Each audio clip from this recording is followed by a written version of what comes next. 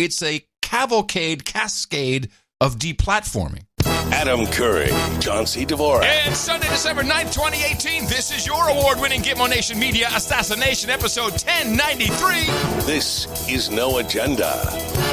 I'm looking for a new deal and broadcasting live from the capital of the Drone Star State here in downtown Austin, Tejas, in the Cludio. In the morning, everybody. I'm Adam Curry. And from northern Silicon Valley, where I think we should go for Momoa as president. I'm John C. Dvorak. It's Crackpot and Buzzkill in the morning. Who? Yeah, that's what I said. Who? Yeah, I'm looking at the trades this morning. Wait a minute. The trade. What are the? Do we have trade magazines for podcasting now? I guess we do. Yeah, the trades. Yeah, the podcast Morning Insider. Yes. They're going all off on Momoa. Best ratings on Saturday Night Live ever. Momoa. So this guy, I've never heard of him. I feel pretty disconnected to popular culture right now. Yeah, and well, you should. Mm-hmm. And so this guy, who obviously has a new publicist, he's an actor. He's been in a bunch of things. It's like he's not a household name by any means, but I guess he is to some people. Momoa. Momoa. Jason Momoa. Yeah. Jason Momoa. All right. So what has he been on that we've... Well, I guess he was on an old Stargate. Okay. The TV series, I think. And I don't know what else. Interesting. He's long-haired, kind of hunky guy with a douchebag beard. You know, he looks a little bit like our very own Chris Wilson, to be honest, in Australia. Oh, does Wilson look like that? Yeah, even a little rougher, though. Yeah. Well, Wilson should be the next Momoa. Wilson is the next Momoa, my friend. Hands down. Somebody's got to get taken So he care played Ronan Dex on Stargate Atlantis, Khal Drogo in Game of Thrones. Oh, Game of Thrones. That's why we don't know the guy. Yes, we don't watch. He's some guy. He's probably one of the most famous actors of our time because he's on Game of Thrones. Yes, Queen. All right, good. Next president. Fantastic. Yeah. Although I will be coming to you from the future on today's program. Talk about you have something from the future? I do, but not right now. It's I don't want to just dive into it. Let's ease into it because I felt this weekend for me was a point de tipping, a tipping point where the M5M, certainly the cable news media, actually became unwatchable for me. It was unwatchable. I think you're the man from the past. You haven't seen that like months ago, but okay. I mean, I've really held in for a long time, but when the Mueller, whatever, completely unimportant, unrelated, stupid information, the sentencing of Cohen, it's like Cohen. I mean, the movies, the scenarios, I should say. Actually, Scott Adams talks about movies, but the scenario that MSNBC and CNN and conversely Fox have concocted, it's just not worth anyone's time anymore. It's like, remember when the Malaysian Airlines plane went down and it still hasn't been found. And I recall watching CNN every day. They did it was wall-to-wall stories about this missing aircraft. We had the crazy lady from Singapore who was in China. We tracked a lot of it. And I remember it was 1 year. They did that story for a year until they finally had to give up on it because people weren't interested anymore. And I think we're reaching this point with just this blather and what they've dreamt up. It's if you want to go in that direction. Yeah, give me some of that. Well, let me go with dreamt up. I want to play because there's two bits in here that I want to keep. I've noticed, by the way, I don't want to tell people, if you get the Microsoft 365, you get a terabyte of data. It's bacon, baby. Data is the new bacon. You get a terabyte of bacon. You get a terabyte of cloud storage. But what's cool about it is I put all the clips on the cloud, and the software they're using to do search is so much faster than my desktop software. So I can find old clips, boom, instantly. Excellent. So I find I've always felt that the cloud would be good for that because instead of keeping your stuff on your local using the lame search stuff that we have on the desktops to put it in a big mainframe and let the mainframe crank through this data with its indexes. And you believe it's being indexed by a mainframe? Well, it's obviously a bunch of little servers, but the software they're using is much better than the stuff I have. Okay. And this is Microsoft's cloud? Yeah, Microsoft's cloud. Oh, okay. I don't use Acronis has a cloud, too, that I thought they were going to be doing more of this sort of thing. But let's listen to Brooks. Brooks and Shields. Shields and Brooks. And he's got two predictions in here that I wrote this out to be really long so I could look it up later. But he's got two predictions in here based on what you just said about this crazy scenario they've dreamed up. What do we think it adds up to? What does it tell us? First, these guys are not very good cooperators. If you're going to cooperate.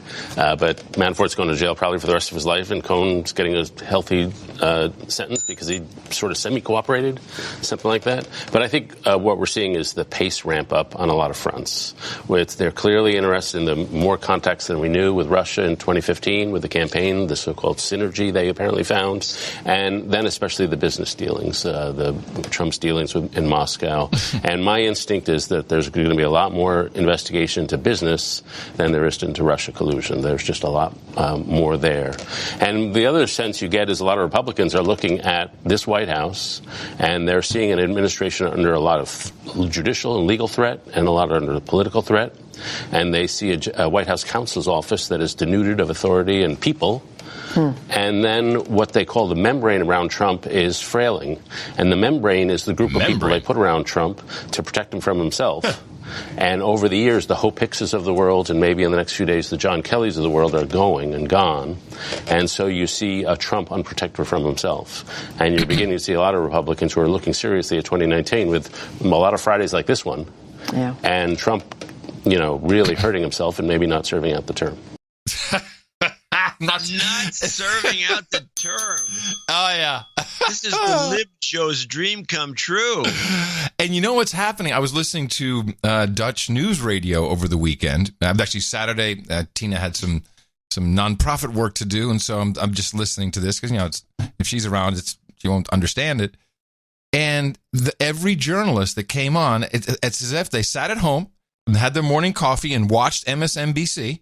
Because they can get that over there. They can, and you don't even need to have MSNBC to get this story.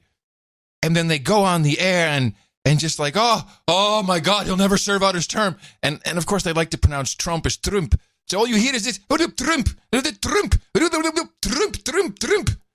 And it's the same delusion. It's just delusionary. Woo. Well, Exactly. I think it's also delusional to think that Manafort is going to be sentenced to life in prison for his financial crimes. Yeah, it's well, we don't have to go through it again. This has nothing. The only thing, as far as I can see, that maybe is out there is somehow illegal campaign contribution due to the payoff of the stripper and the other. Yeah, and we should mention, model. By the way, if you're going to bring that up, somebody did bring this up in a tweet, and I thought it's something to bring up. John Edwards, who ran for vice president, took illegal campaign contributions up to the tune of $1 million to give to his girlfriend. His girlfriend. His side piece. That's right. And all you pay is a fine, and then it's done. He didn't get any other punishment besides a fine, did he? I don't even know he got a fine. Yeah. Every campaign makes mistakes like that. And the Obama campaign had money that they took incorrectly, and it's all kinds of stuff. So, but that doesn't matter. It's in these people's heads. This is the delusional is the right word. Because I kind of soft pedaled it as incredible wishful thinking, but at the point that it is now, I would say delusional is the probably correct term. Yeah, You're right. I mean, just from a legal standpoint, argue this from a legal standpoint, it's just not there. But that's the way it is. Comey testified. James Comey. And as per his wishes, he released the entire transcript of his behind closed doors testimony was released, I think, almost the same day. 250 pages of stuff. Some of it's redacted.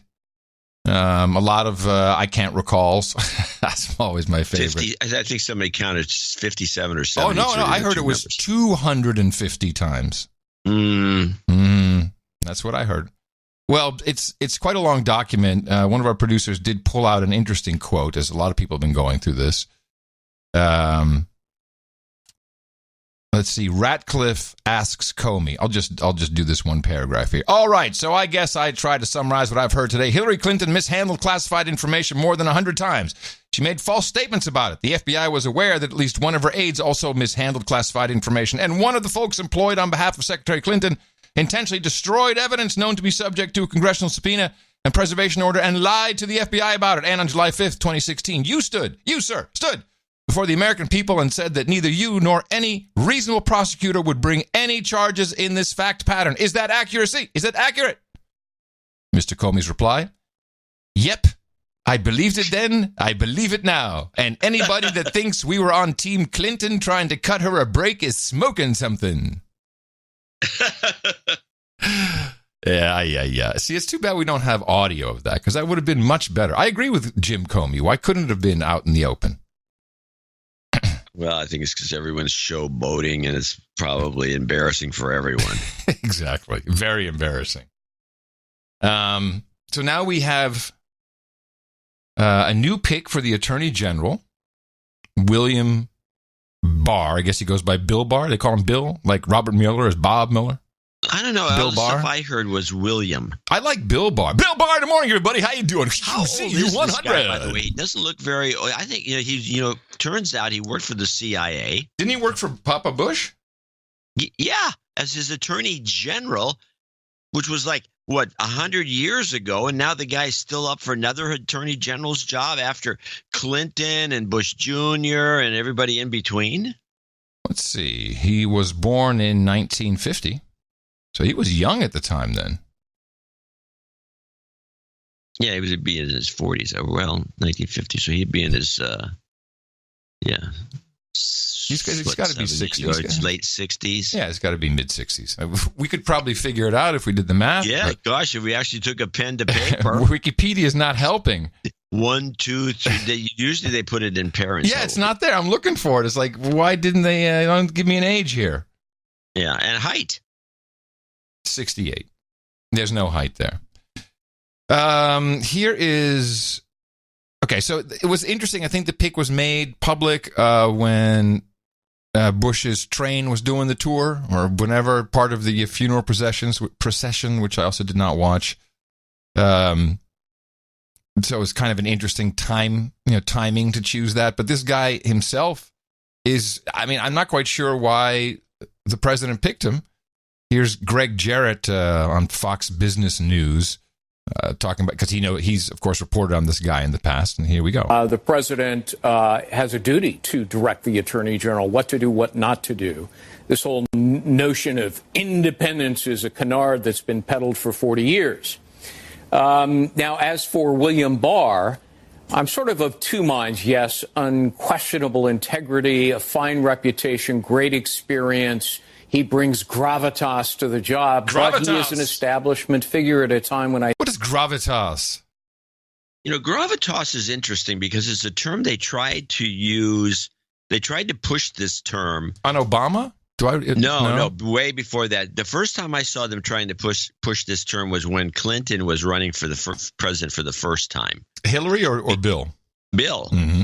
This goes way back. This stemmed from the original Governor Cuomo, the old man, who was going to run for president when George Bush was up for a second term, but he decided not to because he figured, he's going to get reelected. And so Clinton got in, and that was the end of Cuomo's political career for good, because he made a mistake, because he would have been the shoo-in, it seems.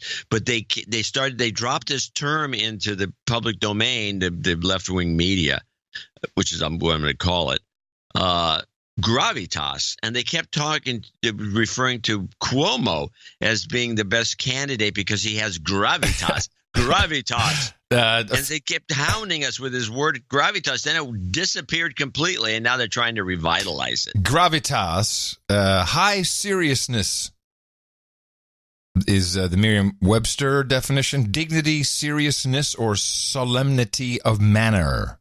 Yeah. And I think once they've rediscovered it, which is you just pointed out, I think they're going to go hard with it because it's just the opposite of Trump. Well, we always try to be gravatorial on this show. I've always tried to have gravity so I don't fly out of the room. Gravitas to the job, but he is an establishment figure at a time when I think we need a disruptor as Attorney General, somebody who would vigorously go after corrupt officials at the FBI and Department of Justice who were abusing their positions of power and attempting to undermine democracy. I'm afraid Barr is not that guy. Oh, he's not. That was a good setup. I'm like, he's not that guy. So Excellent. on PBS, they had the woman, the black woman, who's one that's, I think she seems sweet, but she seems incompetent. It's a shame because there's so many experienced black people that could be. This isn't a Gwen replacement, is it? It's the Gwen replacement. It's the Alcindor woman. So they keep giving her different assignments, which she still doesn't carry it very well because she doesn't present well. She can't enunciate like a PBS person should, which is old network style. Right. But they had her do rundowns on all these different people that Trump's talking about replacing one person with another, and she did one on William Barr summer, and you can listen to her point of view. Because I think she did a lot of research. She talked to a lot of people. I think this is actually – she did a pretty good job, except her presentation skills are still lousy. But William Barr's summary, we can hear her version. Shake-up. So, Yamiche, let's talk first about the president's pick to be Attorney General. I mean, there's an acting Attorney General, but Robert Barr, who has been – William Barr, who served in the administration of President Bush, George H.W. Bush, is now being asked by President Trump to become Attorney General. What do we know about him? Well, what we know is that William Barr is looked at as a respected attorney and that Democrats and Republicans today signaled that they could get behind him and support him as Attorney General. I want to walk you through who William Barr is. From 1991 to 1993, he was Attorney General for the late former President George H.W. Bush. He was, however, involved in the controversial Iran-Contra pardons. He formerly worked for the CIA in the 1970s, and he was an executive at... Don probably knows him really well. If he was, maybe he probably does. Hello, Don didn't cover up Bush's ass so during Iran-Contra, so I'm sure they know each other. Iran-Contra pardons. He formerly worked for the CIA in the 1970s, and he was an executive at Verizon. He is now practicing law in Washington, D.C. People that I talked to today told me that he is an establishment Republican. This is not someone who's a Trump loyalist. The president has filled at times the cabinet members and the White House with people who are loyal to him personally, but this is someone like Marco Rubio or Ted Cruz, another Republican, had they become president, might have picked for their attorney general. I'm also told that he is someone who has had some past comments that are controversial on special investigations and special counsel. I want to read you something from the New York Times. On November 14th, 2017, the New York Times published an article where they said, quote, Mr. Barr said he sees more basis for investigating the Clinton uranium deal than any supposed collusion between Mr. Trump and Russia. And Mr. Barr told the New York Times, to the extent it is not pursuing these matters, the department is abdicating its responsibility. So to be clear, Mr. Barr is saying that Hillary Clinton might need to be investigated some more. He's also said that it's okay for presidents to specifically ask for investigations to happen under the DOJ. So this guy is, in essence, a veteran of the deep state. Yeah, I think he's definition of a veteran of the deep state. I mean, holy moly. Yeah. But still, it seems odd that Iran, well, no, I guess he just, 68. Okay, it makes sense. He was young, though, back in the day. Yeah, he must have been a go-getter. Yeah. Yamiche Leone Alcindor has quite the resume, including winning the award named after, or not named after, a tribute to Gwen Ifill, who passed away, the Syracuse University Toner Prize. She's been, New York Times. She's been around. She has cred. Yeah, as a writer. Oh, well, hello. Yeah, of course. Don't get me started on the television. I mean, that's our job. But it's okay. No one ever asked us our opinion. We know it works. They do ask us our opinion, actually, but nobody. No one asks us our opinion about the television. Oh no one asks us our opinion about stuff that we're very knowledgeable about. Oh, okay, exactly. They ask us our opinion about. Hey, what do you think of Trump? Do you think Trump's okay? Think Trump's a douchebag? What do you think of Trump? That's our opinion. Well, we don't know. We have an opinion. I was watching. There's this. I think we talked about this. Is Pluto TV, which shows up on the Roku box. Pluto. I love Pluto TV. Yeah, you get some good streaming stuff. And before you go on, I'm going to give you a pet peeve of mine. Okay. So I got Pluto TV. It's on the Roku. People should get it. It's got all kinds of cool stuff. It's got Sky News. It's got all kinds. It's got the Cat Channel. Have you watched the Cat Channel? I saw it and I did not stop. No. I went past. You have to put it on. You put the Cat Channel on in a crowd of people, you're stuck there for hours. You know, it seems like that actually seems like a really good idea, considering the popularity of cats on the internet, and considering that you don't deal with agents.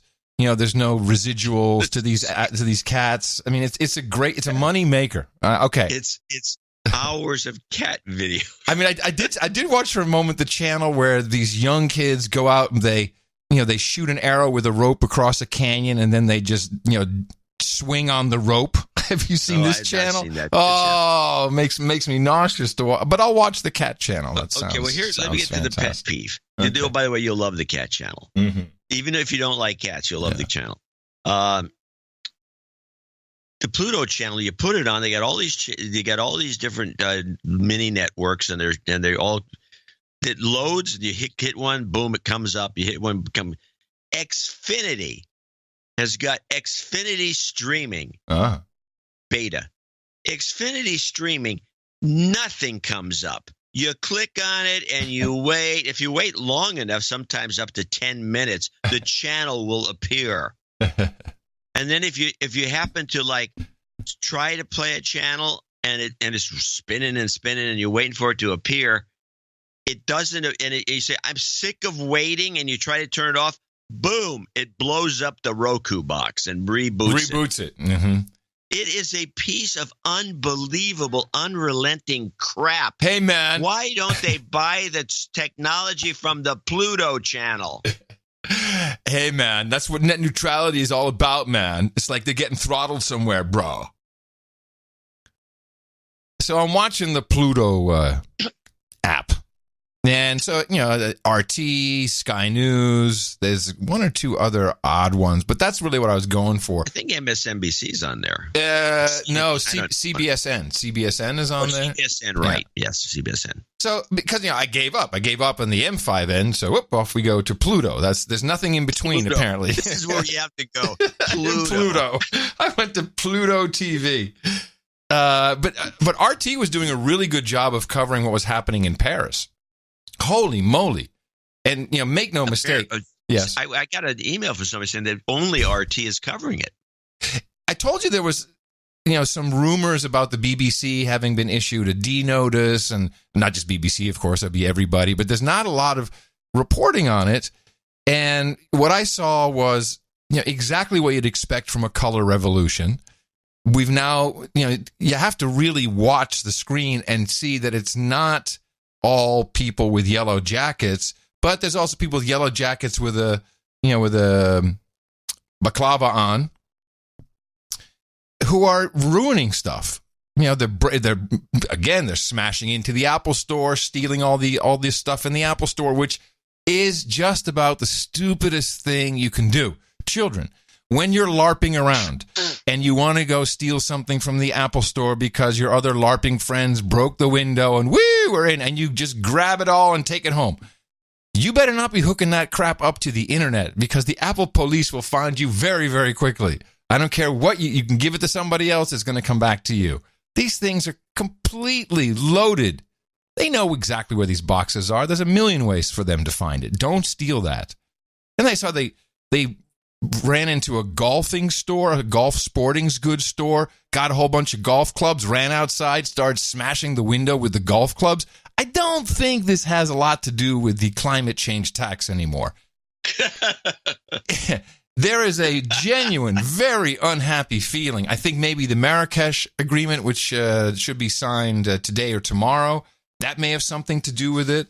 A lot of people, and so that sadly brings us right back to migration. But it looks more and more like a color revolution. It's set up that way with the yellow jackets. It's now in Belgium. They were in Brussels. They were trying to, at the European Parliament. They're in Amsterdam. They're in Rotterdam. It's happening everywhere. And as long as the M5M doesn't give it too much attention, it might not, catch fire, I think that's what the thinking is. I think that's exactly what the thinking is.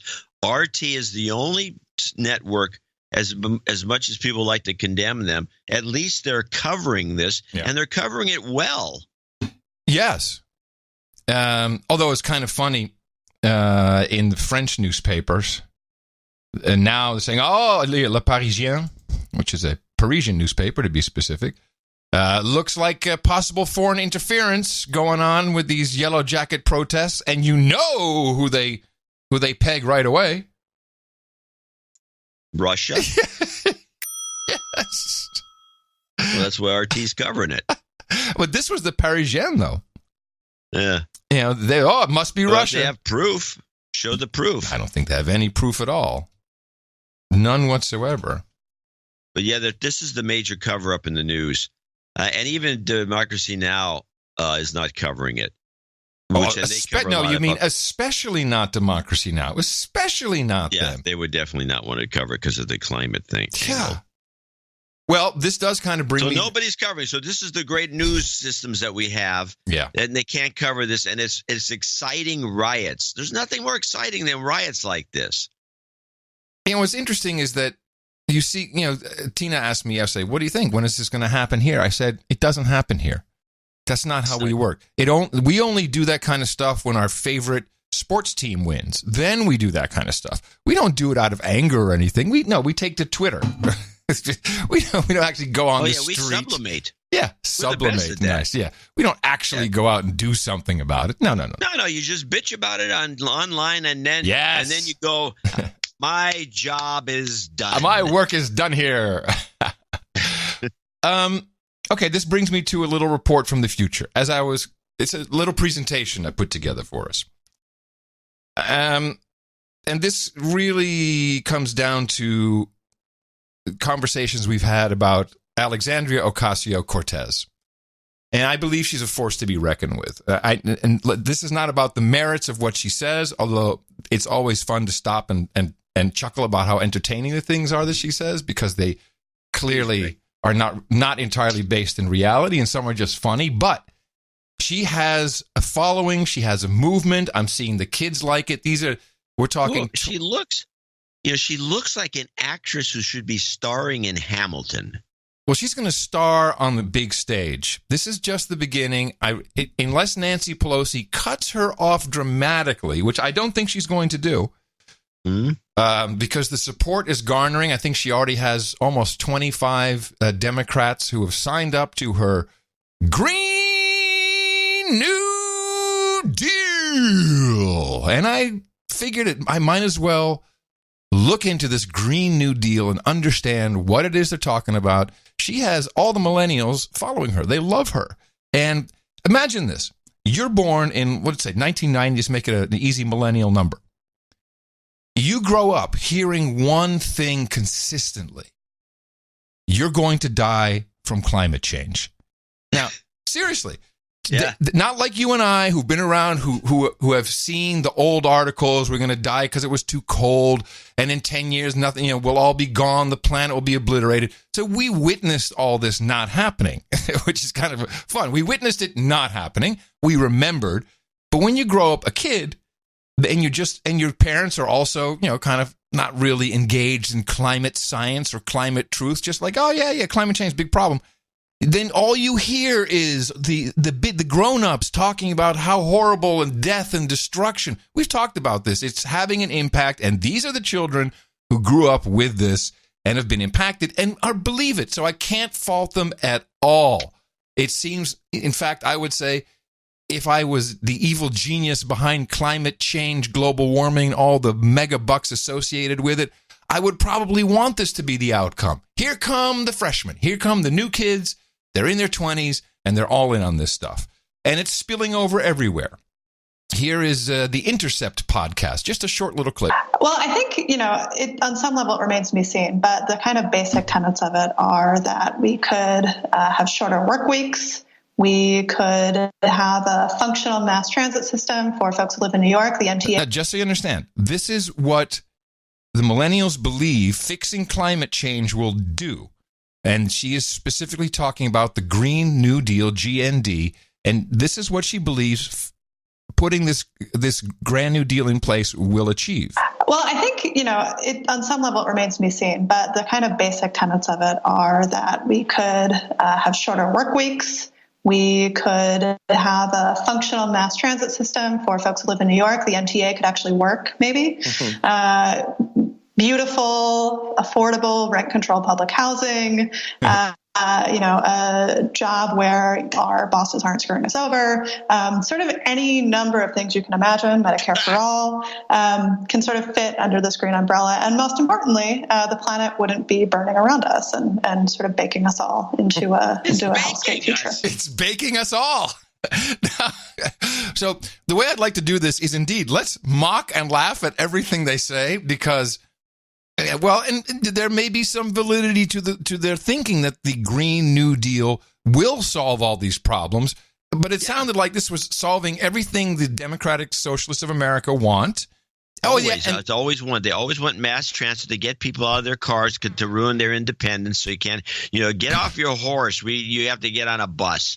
Get on a bus. And in San Francisco, of course, or in most metropolitan areas, you have situations probably not as bad as San Francisco, where there's beatings on the bus. People are pooping on the bus. Everyone thinks they're a loser if they're on the bus. As long as we can all poop on the bus, then it's okay. As long as it's on the bus. Intersectional pooping. As long as we can all poop on the bus, it's okay. So I'm just showing this to give you a little example. I started watching TYT. I think it's also the Young Turks is a force to be reckoned with in this arena. And the people are getting on there and they're talking about it, and it's starting to move. We have this movement called the Sunrise Movement. Uh-oh. Yeah. Yes. The Sunrise Movement is, it doesn't really belong to anyone according to their website. There's on the About Us, there's not. Now, it says donate, and that'll take you to the Act Blue website, which is really, that's not an outfit that does anything per se, but they're kind of a clearinghouse for these type of operations. For these sorts of things. Yeah, Patreon. Yeah, another thing we got to talk about. So here is one of the, what is her name? Vashini Prakash, and she's on with Chunk on the Young Turks, just to talk about the Green New Deal and the Sunrise Movement, just to give you a little backgrounder. And these are not stupid people. They've just been incredibly misinformed from the minute they took their first breath on this earth. Yeah, they've been propagandized, and this is how it works. So Sunrise Movement is working to build an army of young people to stop climate change and create millions of good jobs for our generation. We see ourselves as working to actually transform the outrage and frustration that young people have felt at witnessing so much political stagnation and inaction on the issue of climate change for our entire lives. We've known about the issue of climate change twice as long as I've even been alive on this planet. You understand what's happening with these kids now. And have yet to do something meaningful about it. So we are really working at the nexus of protest organizing, protest demonstrations, things that really help us get our story out into the public and getting people and politicians paying attention to the crisis at hand and combining that with some hard-nosed political and electoral organizing. But we have completely altered, young people across this country have altered what is politically possible and feasible in this country on the issue of climate. 3 weeks ago, I was seeing headlines that said, Dems damp down hopes on climate for next Congress cycle. And now I'm seeing headlines like climate change tops Democratic agenda for 2020, for 2019, 2020 and beyond. That is unbelievable to me. And it happened because thousands of young people started organizing, calling for the real solutions to the climate crisis, like a Green New Deal. We've done hundreds of office visits to congressional politicians, asking them to support Alexandria Ocasio-Cortez's select committee for a Green New Deal that would create a plan at the true scale and scope of the climate crisis. So young people are energized. We are motivated. We understand what is at stake with the wildfires the drought-induced wildfires that have been destroying California and the West Coast. The IPCC report that came out saying that we have 12 years to radically transform our economy and society to protect human civilization as we know it. Young people are with it, and we are also ready to take action. So, and I believe that. I believe that they are ready to take action. You wanted to say something? No, I mean, the thing is, there's all these little zingers that they keep throwing in there, like the little phrase you use, create millions of good jobs. Oh, yeah. Well, what? Name one. So this comes from the actual document, which I took the trouble to go get and mark up a little bit from the congressional website for Alexandria Ocasio-Cortez. She indeed is calling for a select committee for a Green New Deal. And this was interesting. It's not just a couple pages. I just marked up a few things. I've never really looked into how committees work and how they're put together, what a select committee even means. What we do know is that to be on a committee, you have to pay millions of dollars into the party coffers, and that's how you get on. We discussed this in great length. And sometimes, a chairmanship can be $5 million or something you've got to bring into the party coffers. Yeah, you have to get that. And that goes to the party. So the select committee, I didn't realize it, but a select committee for a Green New Deal means that the Speaker of the House actually selects the 15 members that are being proposed here. So that would be Nancy Pelosi, and it'll be 9 of the majority, and it will be 6 of the opposition. It will have legislative jurisdiction. This select committee, which AOC is promoting. And the select committee shall have the authority to develop a detailed national industrial economic mobilization plan, to be known as the Green New Deal, for the transition of the United States economy to become carbon neutral and to significantly draw down and capture greenhouse gases from the environment. It will be prepared in so we're going to have leaders from business, labor, state, local governments, and academia will be involved in this Green New Deal. They can bring in research institutions, and everything they do will have been planned and executed in no longer than 10 years from the start of this plan, which would be in 2020. And that kind of comes down to the 12 years you just heard about, the 10 years. By 2030, we have to have everything fixed. We have to be completely off fossil fuels, otherwise we all die. Then they're going to create, so by January 1st, 2020, they'll have their complete plan. Then they'll have legislation they're going to draw up by March. And they will also have investigative jurisdiction, which is a big groan from me because that just means they're going to do more studies. Funding. I'll get to that in a second. Let me go to here we go. Scope. Here we go. The scope of the plan for a Green New Deal and the draft legislation. And there has a number of points here. In each case, no longer than 10 years from the start of the execution of the plan, 100% of national power generation will be from renewable sources. 100% within 10 years. There will be built a national, energy efficient, smart grid, whatever that means. That means you can shut it down remotely from China. Bingo. We'll upgrade every residential and industrial building for state-of-the-art energy efficiency, comfort, and safety. Decarbonizing the manufacturing, agricultural, and other industries. I don't know how you can decarbonize agricultural industry, but okay. Funding, massive investment in the drawdown and capture of greenhouse gases, which I find to be an interesting choice of words. They have some frequently asked questions, and this was my favorite. So here's one of their facts. Why do we need a sweeping Green New Deal investment program? Why can't we just rely on regulations and taxes alone, such as a carbon tax or an eventual ban on fossil fuels? And the answer is regulations, taxes can indeed change some behavior. It's a certain possibility to argue that if we had put in place targeted regulations. Oh, why did my printer cut this off? Damn it. sorry. My printer cut off the right side of the page. Yeah, climate change. There you go. Well, then I'll just go straight to the B here, since I can't read it here. Why should the government have a big role in driving and making any required investments? Why not just incentivize the private sector? And they say two things here, two main reasons, scale and time. First, scale. The level of investment required will be massive. And even if all the billionaires and companies came together and were willing to put the resources at their disposal into this investment, the aggregate value of the investments they could make would not be sufficient. For example, the $1 trillion over 10 years plan for investment in the green economy that has been floated by some policymakers has been criticized by climate experts as wholly inadequate. $1 trillion is the entire market cap of Amazon. Think about that. So they're going to need a lot more, they think. And second, time. And this is another. So you just heard scale. The level of investment required will be massive. Time. The speed of investment required will be massive. I think they just copy-pasted. Even all the billionaires and the companies could make the investments required. They would not be able to pull together a coordinated response in the narrow window of time required to jumpstart major new projects, and major new sectors. So it's massive investment, massive time. It's all just massive. And how will the government pay for these investments? Well, many will say, massive government investment? How in the world will we pay for this?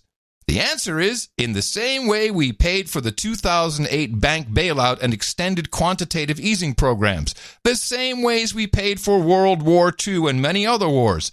The Federal Reserve can extend credit to power these projects and investments. New public banks can be created, as in World War II, to extend credit, and a combination of various taxation tools, including taxes on carbon and other emissions and progressive wealth taxes, can be employed. So they just say, in fine American tradition, print up the money. And what? I give them credit. It's just unbelievable. I give them credit for knowing how the system works. Knowing how it works. Now, this Green New Deal is not new. The exact same deal popped up, 7 years ago with Obama. And today we're going to look at the Green New Deal. Well, President Obama has embraced the idea of a green stimulus package, pledging some $150 billion of investment in low-carbon infrastructure in order to create jobs. Gordon Brown has also espoused a Green New Deal. In his case, it's to also boost employment with eco-friendly transport and renewables at the heart of his strategy. So are we going to see a rush to green investing? After all, the returns last year were relatively poor. And if business takes the money, will it be able to actually deliver the reduction in CO2 emissions that the world is now demanding? So it was about a $150 billion try that we did that didn't seem to go anywhere. I didn't hear of any great successes. Did you? No, all I heard is that they got worse. Marginalized Kleiner Perkins as an investment company. That's right. Because they brought in Al Gore, and the next thing you know, they're throwing money at stupid green projects. They lost their shirts. They lost their shirts on that. Yeah. And this was the same era that this is when Nancy Pelosi was the Speaker of the House the last time, and that's where that jobs things comes from that we had been using on the show for the last 8 years. Yeah.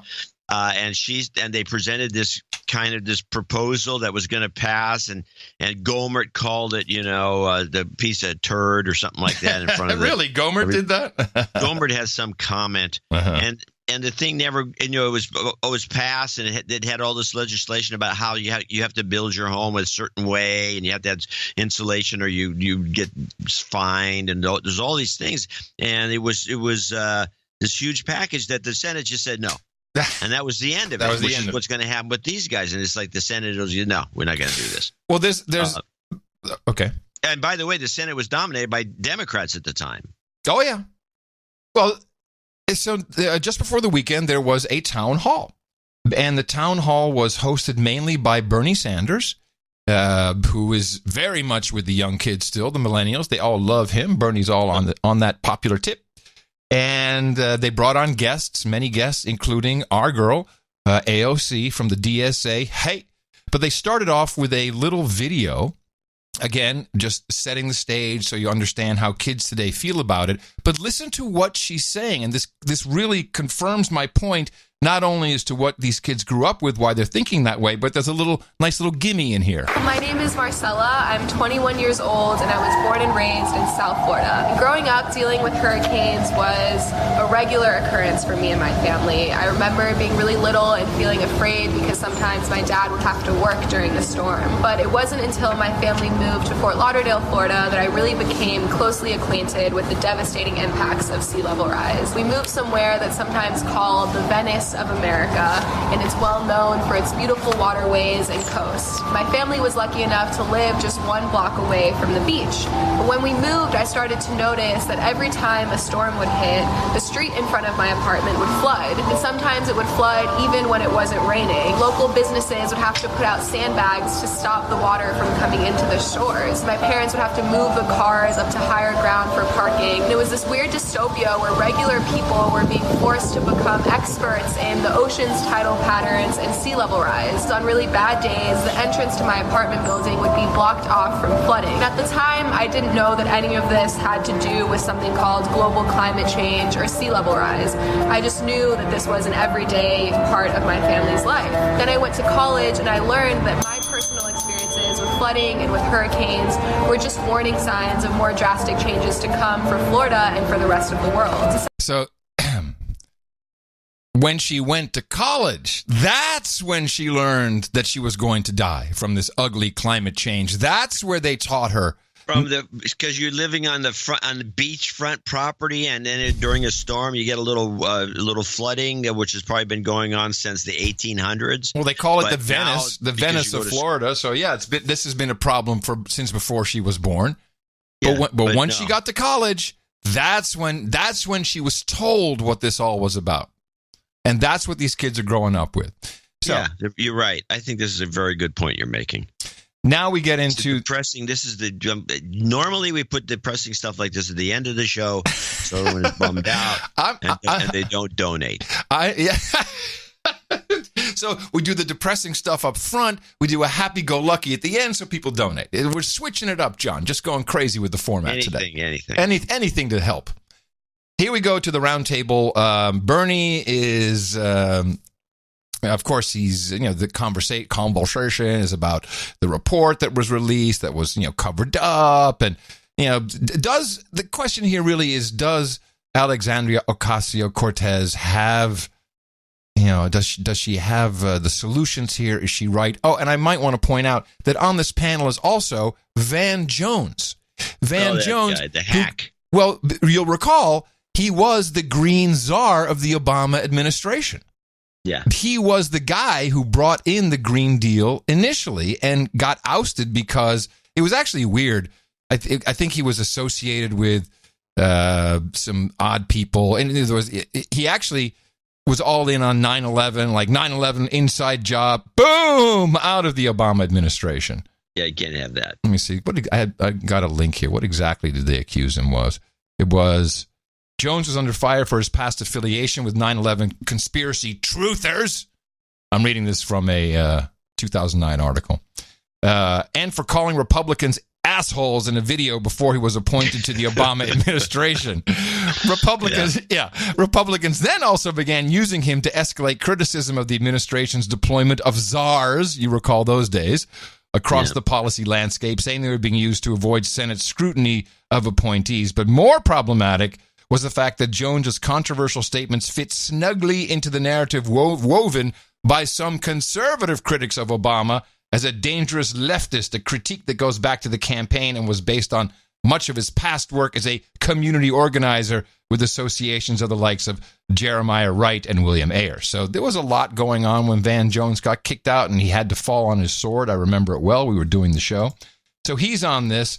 And he, of course, is weaseling in on the action. That's why he's got a show on CNN again. It's all coming around. The Grand New Deal. Yeah. Is President Trump right? That's a hard one. I want you to think about it before you respond. Or is there, in fact, ideas out there that would enable us to create millions of good-paying jobs? Now, this was your question, John. Millions of good-paying jobs. Let's get to the bottom of it. Yeah, as what we would move name away one? Just stick with the program. from fossil fuels. It's unsurprising that the response to any bold proposal that Let's not mock her for her voice. Let's just bathe in it. It's like a bath of razor blades. But I have to say, and again, I'm just looking at the media personality here. The girl's got it. She's got everything you want. You can hate her, you can love her. It's all in there, and the voice cuts through. Some may call it piercing. It cuts through. Fossil fuels. it's unsurprising that the response to any bold proposal that we have is to incite fear of law. By the way, I just have to say that it's crazy about how everyone, especially the Republicans and the president, they incite fear. But that's exactly what she's doing, even in these words. Response to any bold proposal that we have is to incite fear of loss, to incite fear of others, to incite fear of our future. But the only way we are going to get out of this situation is by choosing to be courageous. Woo! That's the only way we're going to get out of this. And first of all, it's just plain wrong. The idea that we're going to somehow lose economic activity. As a matter of fact, it's not just possible that we will create jobs and economic activity by transitioning to renewable energy, but it's inevitable that we are going to create jobs. It's inevitable that we're going to create industry, and it's inevitable that we can use the transition to 100% renewable energy as the vehicle to truly deliver and establish economic, social, and racial justice in the United States of America. Yes! That is our proposal, and that is what we are here to do, because in the depths of darkness, in the depths of despair, which what we last saw... Now listen, this is really important. What are you doing? You're rummaging around, you're dropping stuff. Are you... Well, just play. She's now going to give us a little history lesson. For a second, I couldn't figure out what she was talking about. This is where she connects the Green New Deal to FDR's New Deal. Of America. That is our proposal, and that is what we are here to do, because in the depths of darkness, in the depths of despair, which what we last saw, when we think about where we were when the New Deal was established. We were a nation in depression, in Great Depression. We were a nation on the brink of war. We saw the rise of fascism creeping across in Europe. And no one would thought that a nation so poor, so scarce, and so in such dire straits as we were in that time could pursue such a bold economic agenda. But we chose to do it anyway. What? We had the courage to do it anyway. I'm going to ask you in a minute. And that is what this moment demands of us right now. That's what we have to do. This is going to be the great society, the moonshot, the civil rights movement of our generation. That is the scale. That is the scale of the ambition that this movement is going to require. All right. So what she's saying here, this is the moonshot, which, by the way, it would just be easier to make a video about how great you are with the Green New Deal and just put it out there and pretend we did it, just like the moonshot. It'll be like FDR's New Deal. Is this indeed like FDR's New Deal? What was FDR's New Deal? John C. Dvorak. I don't know if I could put it in a nutshell. It was a reorganization of the country somewhat, and also putting people to work make work jobs like the WPA, Work Projects Administration, get the Civilian Conservation Corps. If you look at it objectively, the New Deal didn't even work. It kept us in a depression longer than we should have been in one. Oh, really? I've not heard that one yet. Oh, you'll hear it if you just look around enough. I don't know. This woman is crazy. We weren't a poor, starving, skinny little country. That's what she's saying. When Roosevelt got in office, we were in a depression, yeah. That's what she's saying. She says we were in a depression. Sound like we're a third world country. Thanks to the New Deal, we got out of that. Well, just remember, this is a millennial. When she thinks depression, all she knows about the depression, because of course she hasn't read up on it, is the black and white photo of the men standing in line for jobs with their hats on, standing in line for soup kitchens. That is the entire history of the Depression in the American experience these days. You think they went into anything deeper than that? Clearly not. Otherwise, she wouldn't be suggesting these things. So this is the idea, and it's not new, is to create new industry, force industry away from oil economy, which the United States has, force it into things that that have not been proven to actually work financially, which is wind and solar. Now, if she said, let's do nuclear, I'd be all in. I'm like, yeah, I think you can do something with that. I don't know if you can change the whole economy. I find it peculiar that nuke is kept out. Yep. Of the circle, and they want to abolish all the use of all fossil fuels, which is interesting to me because then she won't be able to fly from state to state to do this propaganda. How do you get around with? How do you fly a plane? Oh, well, battery planes. Electric planes. Yes, that's the one guy. Yeah, one guy in a super lightweight plane with a couple batteries has been able to get off the ground. That's it for 20 minutes. All right, we move on. So this, and what I like about her idea and what the thinking, and I'm sure it's not her alone. There's other people behind her. There must be. Is all the problems you see. Everything and the problems the kids deal with is racism, otherism, sexism, Nazism, hateism, whatever ism you want to put in there. All of that will be solved by solving this problem because she and the Democratic Socialists of America want to redistribute everything, just every job that has anything to do with energy, wiped off the map, bring it back, give everybody the same salary, the same living wage, the same uniform probably, and march along to work and do the good work to solve our climate crisis. How do we, I think what we all understand is that we're fighting for the future of the planet. But what Alexandria is talking about is that not only can we effectively combat climate change, but in the process, we can do good economics and create millions of good-paying jobs here and throughout the world.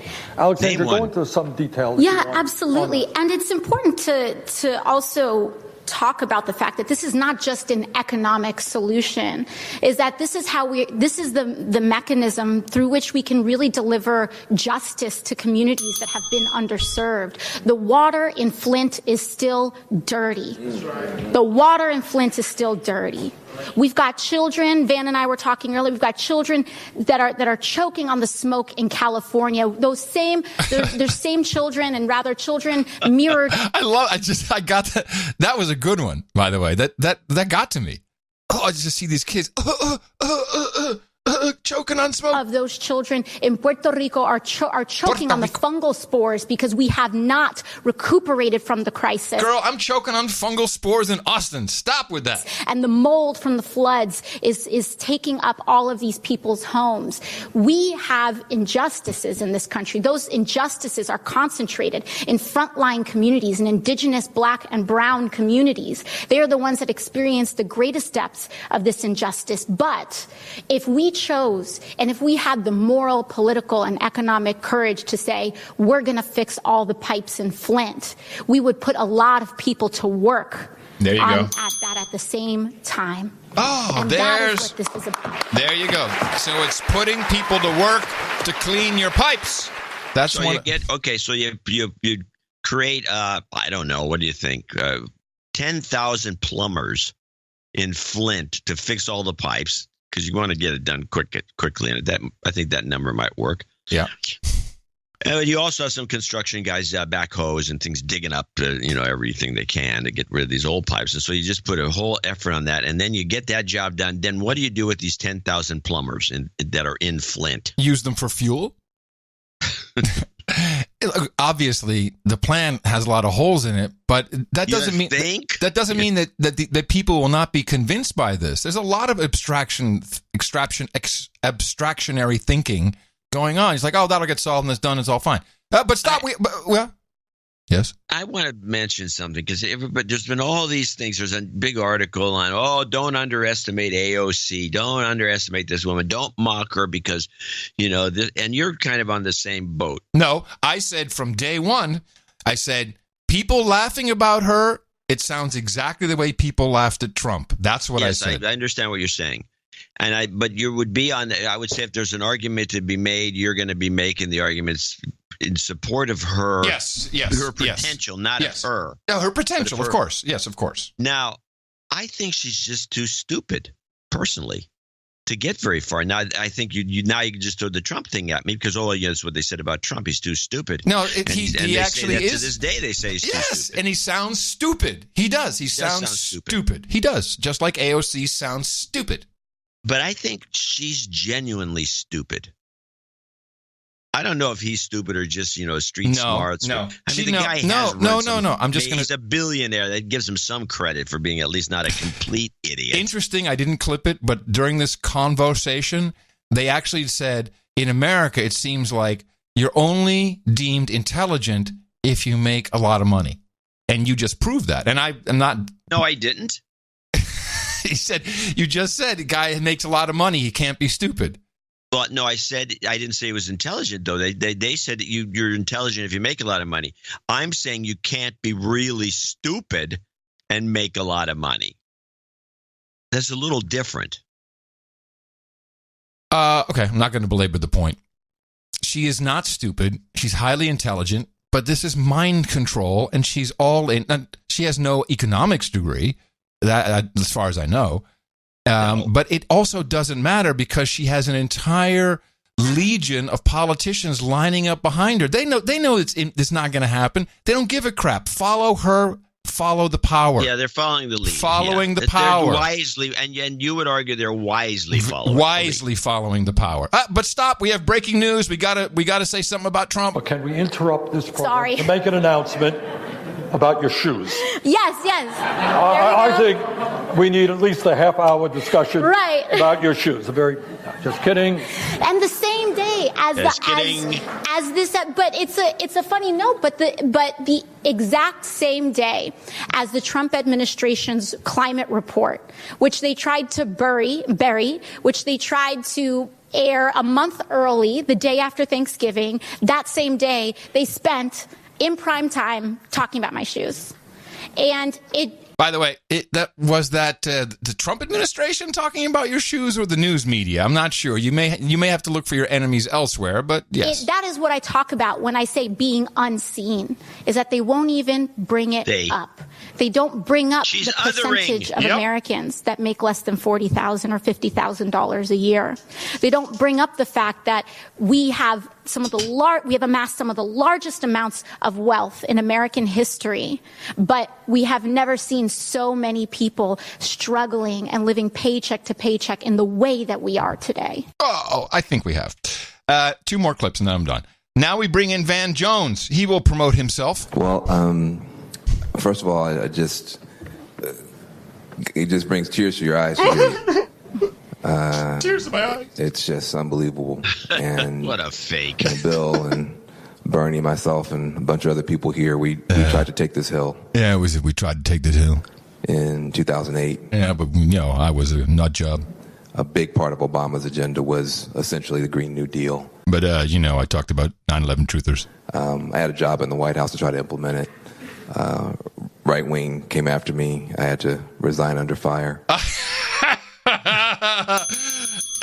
Rewriting history, Van. Wow, that's a classic. No, that's why I read to you what actually had happened, because I knew this was coming. The guy just, but of course, we all gloss over the errors in our history. White House to try to implement it. Right wing came after me. I had to resign under fire. Then they came after Bill, and we couldn't get it done. But I think you're going to get it done. And we're going to get it done. We're going to get it done. Hell yeah, all of us, we are the world. Yeah. Oh, yeah. She says we're instead of we're. What? She says we're going to get it done. Well, yes. Remember, millennial. Rather than talk about my book, The Green Collar Economy, the other thing I think about your politics that's interesting is your generation uses the term intersectionality, which I've had to look up. But it's, I think, we used to call it the Rainbow Coalition back in the 80s and 90s, but you guys have taken it to a different level. Can you just talk about, we had a slogan 10 years ago, green jobs, not jails. that we saw criminal justice and economic justice and environmental justice as one fight. That those kids standing on street corners, we don't have disposable resources, we don't have disposable species, we don't have disposable children or neighborhoods either. It's all precious. And that those kids could be putting up those solar panels like Bernie was saying. And there's your good weekend job right there, John. Those kids running around in gangs, what could they be doing on the weekend? They could be putting up solar panels. Solutions is what we're about. Yeah, that's what they want to do. Yeah, they want kids to put solar panels on their roofs. Disposable resources, we don't have disposable species, we don't have disposable children or neighborhoods either. It's all precious. And that those kids could be putting up those solar panels like Bernie was saying and making a positive difference. Can you just speak to the intersectional power of your Green New Deal? Okay, now this is the meat of it.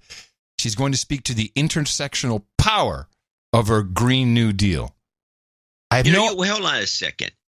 I sense a hint of mockery in your voice, and yet you condemn me for saying she's stupid. I'm not saying she's stupid. Well, maybe you need to define stupid, because you can't fix stupid. That's the point I'm making. You can't fix stupid. All right, go on. I'll accept the mockery in your voice. You can now play it, which I believe is probably going to be the punchline clip. Yeah, you made this punchline up on punchline. Yeah, it's really the core of that is leave no person behind. We cannot have a solution. Isn't that a military term? I don't know. No, it's leave no student behind. Yeah, no, the Marines leave no soldier behind, leave no student behind, leave no somebody behind. No child. Yeah, that she's derivative. I give her credit for this, by the way. She's been doing a very good job. Yep. Of stealing other people's ideas, including Green New Deal, as you pointed out earlier in this series. To the T. But it's not just stealing. I mean, she took it and ran with it, and everyone who was a part of it 7 years ago was like, whoa, I'm Van Jones. Let me in. Woo! Power of your Green New Deal. Yeah, it's really the core of that is leave no person behind. We cannot have a solution. We cannot move forward into our future unless every single American is considered part of that. And whenever we see oversights, oftentimes when we get to the negotiating table in laws, in policy making, there's this idea that, we can leave the poorest of the poor behind, or we don't have to worry about this tiny sliver of the population because they're just a tiny sliver of the population. And what that eventually does is that it creates a crack. And that crack? Really, if you think of there being like a crack in the dam, it's usually where things always break down. And when we create policy the right way with integrity that honors everybody from the most vulnerable to the most powerful, when we acknowledge and see every person in this country, which is really what it's about, is that we have chosen not to see people in this country. We have chosen not to see people in this country until the majority of us have become unseen economically. Working people are not seen in the halls of Congress. Working people are not seen in policy making until we realize that the majority of Americans are working or working poor. This is persuasion, and I think it's good persuasion. I think she said nothing about what she's doing, nothing at all. She just spoke in identity politics to the entire world of identity politics groups. And I think it's going to be very effective. Here's your punchline clip. The good news is that we're not starting from scratch. There's so many people like Van, like Senator Merkley, who had established the select committee when he was in the House, a previous select committee. There's a lot of legislation that has been drafted to already start addressing some of these smaller issues, just transitions in coal, whether it's our energy infrastructure, whether it's battery, when we're looking at battery grids and so on. There's a lot of work that has already been done, but it needs to be consolidated and brought under the tent of a Green New Deal. And when we try to solve this issue piecemeal, we are not going to get it solved in time. So what she's saying is everything that deals with the economy has to be in my select committee. You can't deal with it outside of it. You got battery grids, whatever that is. That's in my group. Battery grids here. That's why we are asking for this really great, ambitious, singular plan. And that is why, I believe that the progressive movement is the only movement that has answers right now.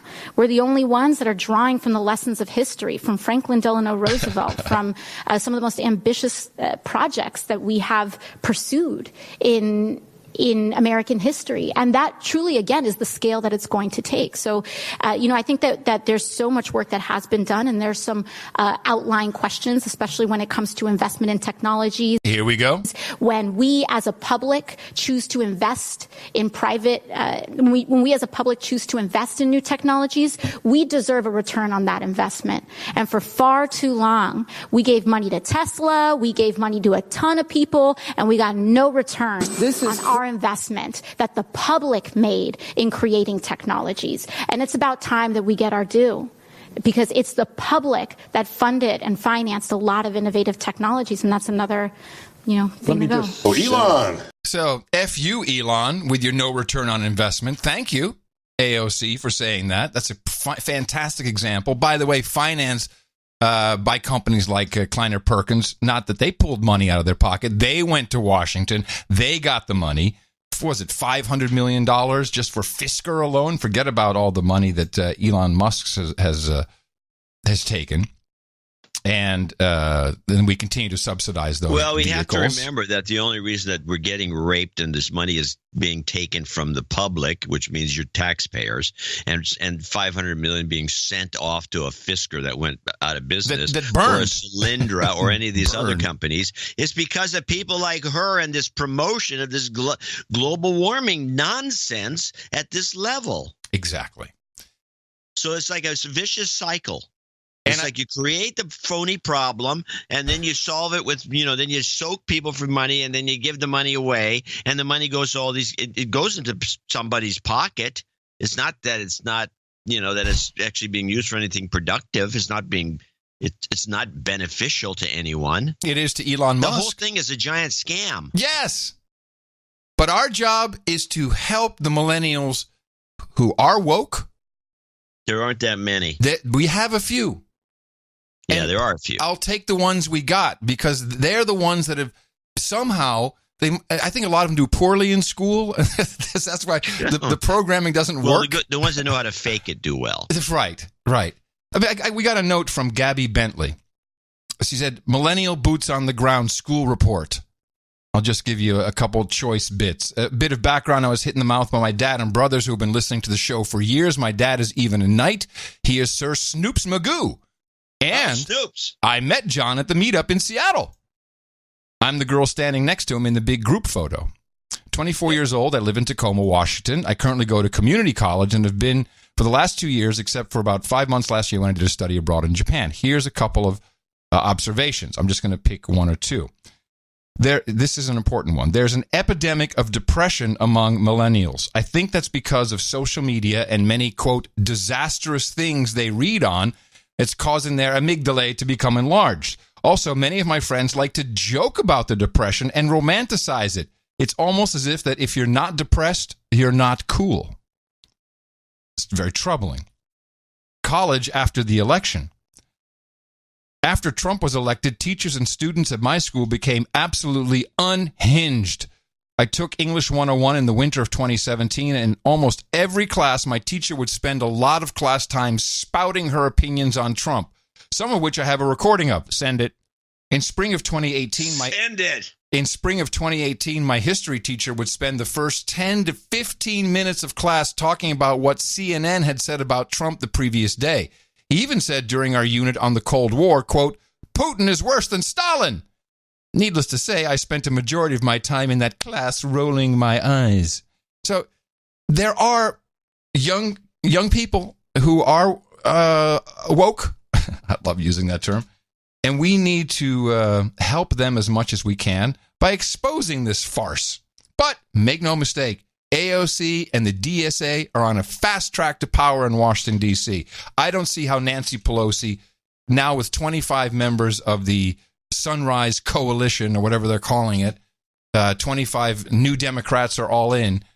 I don't think she can just say, screw it, we're not going to do it. She'll let them create it, but I'm sure she'll hamper it somehow. Well, she'll try to control it a little bit. She did the same thing with the jobs. Let's vote for jobs. Right. And she was all in on that. And that was pretty much the same deal. In fact, it sounds almost identical to what was going on back in 2008. The difference is, look at Ocasio-Cortez, look at Nancy Pelosi. Who are the kids going to be attracted to? Yeah, no, the kids are going to obviously be, are going to obviously be attracted to the more attractive of the two. Which is Miss Bug Eyes. The one who was slapping down history. It's been done before.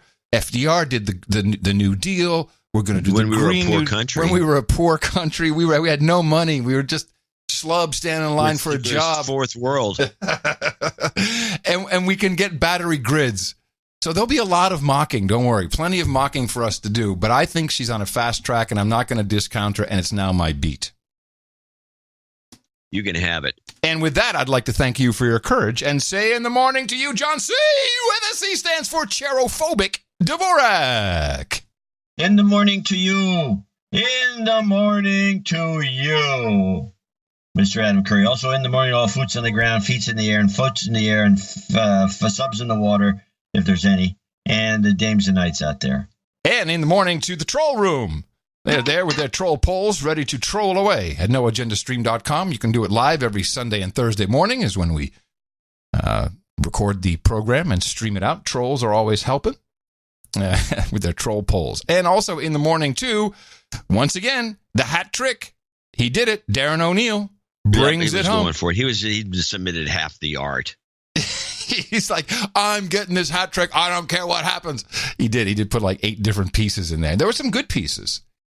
If I recall, there were some things that we really enjoyed. Yes, there's some unusable that we really enjoyed, which is always funny for us. And this was the artwork that had Australia and a prawn, a happy prawn, a shrimp, a prawn. I don't know what it was. Put another prawn on the barbie. 'Cause no one in Australia calls them shrimp. No one here drinks that Foster's lager. Everybody knows it tastes like shit. But we'll spread the... So there's a whole new Chris Wilson song for putting another prawn on the Barbie, which I'll play at the end of show mix.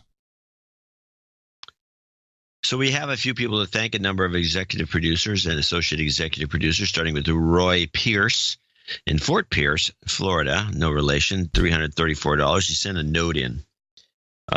He sent a check and a note. We need more. You know, the check thing, don't forget, it's box 339, El Cerrito, California, 94530. You can send us a Christmas gifts would be nice, checks.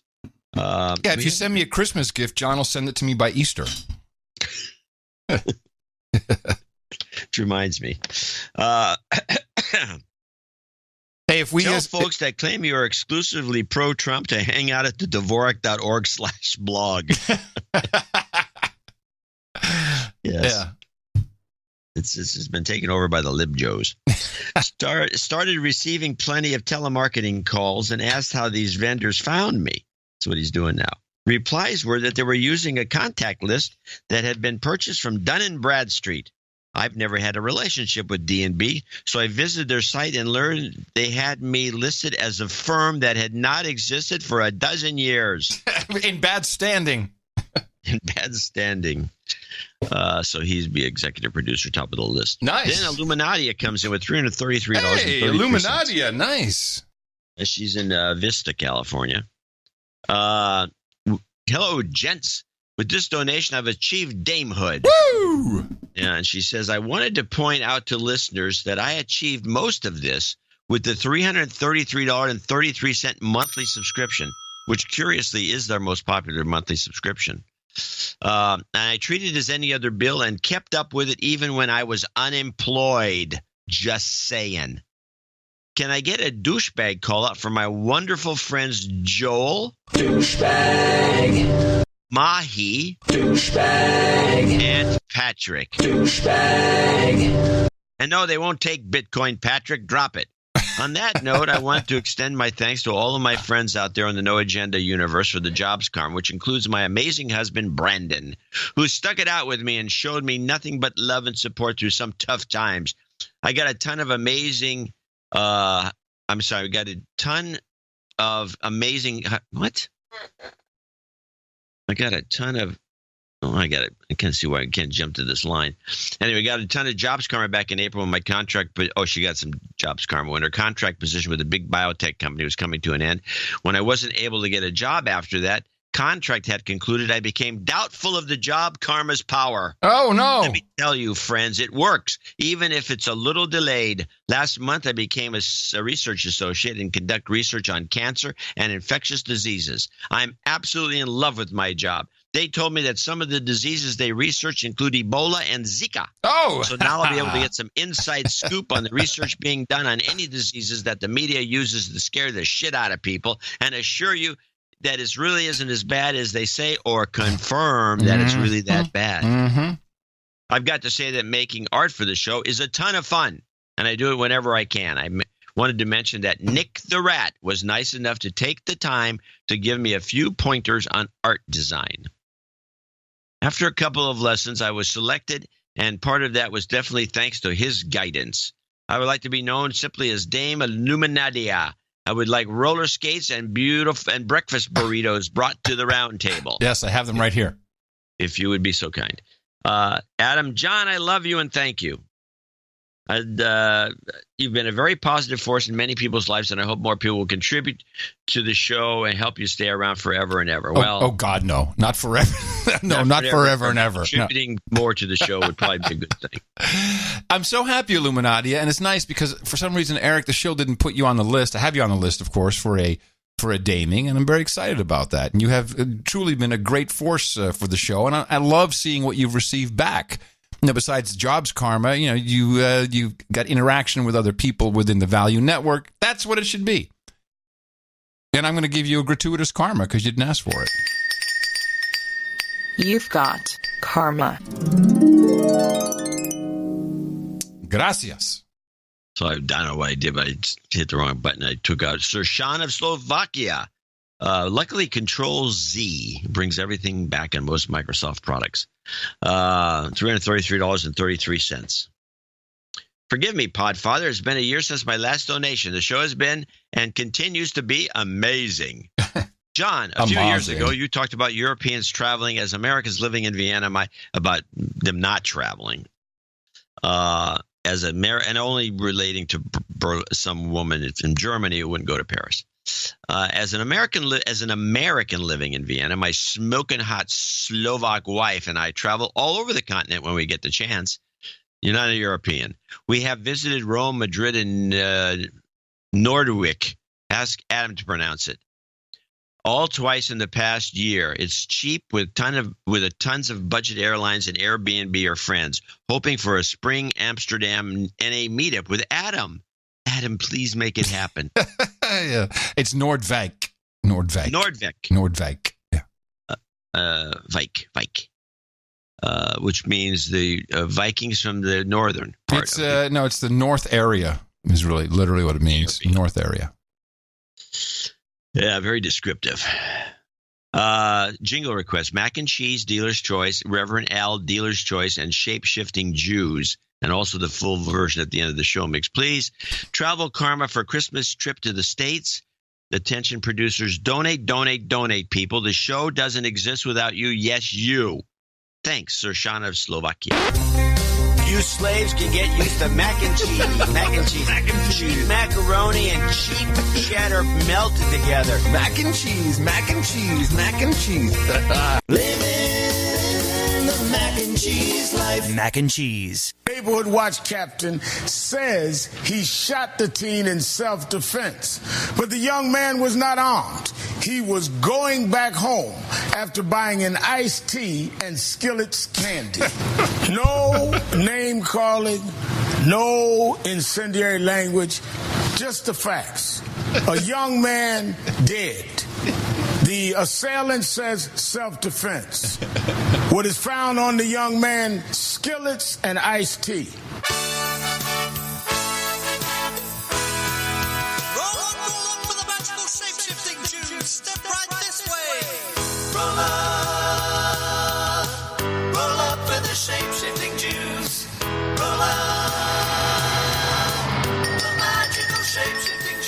You've got karma. Angela Garvin, $333. She's in parts unknown from what I can tell here. First and foremost, I'm a long-time listener, first-time donor. You know what to do. Oh, of course I do. You've been de-douched. This summer, following my exodus from San Diego to Oklahoma City, I took a traveling position with my hospital. I fly out on assignment on Monday mornings and fly home on Thursday nights nationwide. No Agenda has been the perfect travel companion to combat my boredom in flight. As I listen to your media deconstruction from about 30,000 feet in the air, galvanating across the many regions of this beautifully diverse country that we call home. Special shout out to my brother Jeff, who I know is listening. He hit me in the mouth nearly 2 years ago, and I've been a dedicated listener since then. And to you, John and Adam, Merry Christmas, and thank you for all that you do. Jingle requests, respect, and goat karma. RESPICT. You've got karma. Sir Corwin Underwood in Hamilton, Ohio, $311. $300.11. Forgive me, Podfather. Interesting enough, a little random number stuff going on here. Mm-hmm. Forgive me, Podfather, for I have sinned, just what somebody else said. It's been a long time since I donated. Please accept this executive producership to help sustain the show during the slowdown in donations during the holiday season. If my accounting is correct, this donation, that's what you call those cornball, like somebody doesn't know how to read a prompter. I just read it that way. Yeah, it was good. It was on a different line. What am I supposed to say? If my accounting is correct, this donation makes me a full baron. You have to put him on the list. This is the second one Eric hasn't put on the list. Yeah. But you know, that invoice shows up on time, I'll tell you. Just bitching. Yeah. He missed it. This donation makes me a full baron. I would like to claim the protectorate of all Southwest Ohio. If it hasn't been claimed, I don't believe it. So is it? You can have it. Is it of Southwest Ohio or all of Southwest Ohio? Of all Southwest Ohio. Baron of all. Which I think is the same as Southwest Ohio. Well, he's got it now. Baron of all Southwest Ohio. We're not messing around here with our peerage. Got it. Done. Thank you. Beautiful. Antonio Sanchez Godinez in Madrid, Spain. $250 American. Thank you for your efforts to keep us sane. Need big job karma. That will bring out the big guns then. Jobs, and jobs. Let's vote for jobs. You've got karma. All Let right. us know how that works out. Yeah, let us know how that works out. We may have to redo it to you. I think he asked for a big jobs karma. That's why I brought out the big guns. If it doesn't work, let us know. We'll resend and just do a Nancy for you. Yeah. We'll hit you with a Nancy. I think Nancy's the one that... Well, screw it then. I'm doing it now. Jobs, and jobs. Let's vote for jobs. You've got there you go. You got a karma. double. Now, If if that that doesn't work, then I don't know what does. Sir Tim of the Tunnels in Waipahu in Hawaii, $222. With the M5M lionizing the late George H.W. Bush, I was almost certain that I had imagined all the shenanigans he and his administration got down to, or had somehow slipped into another dimension.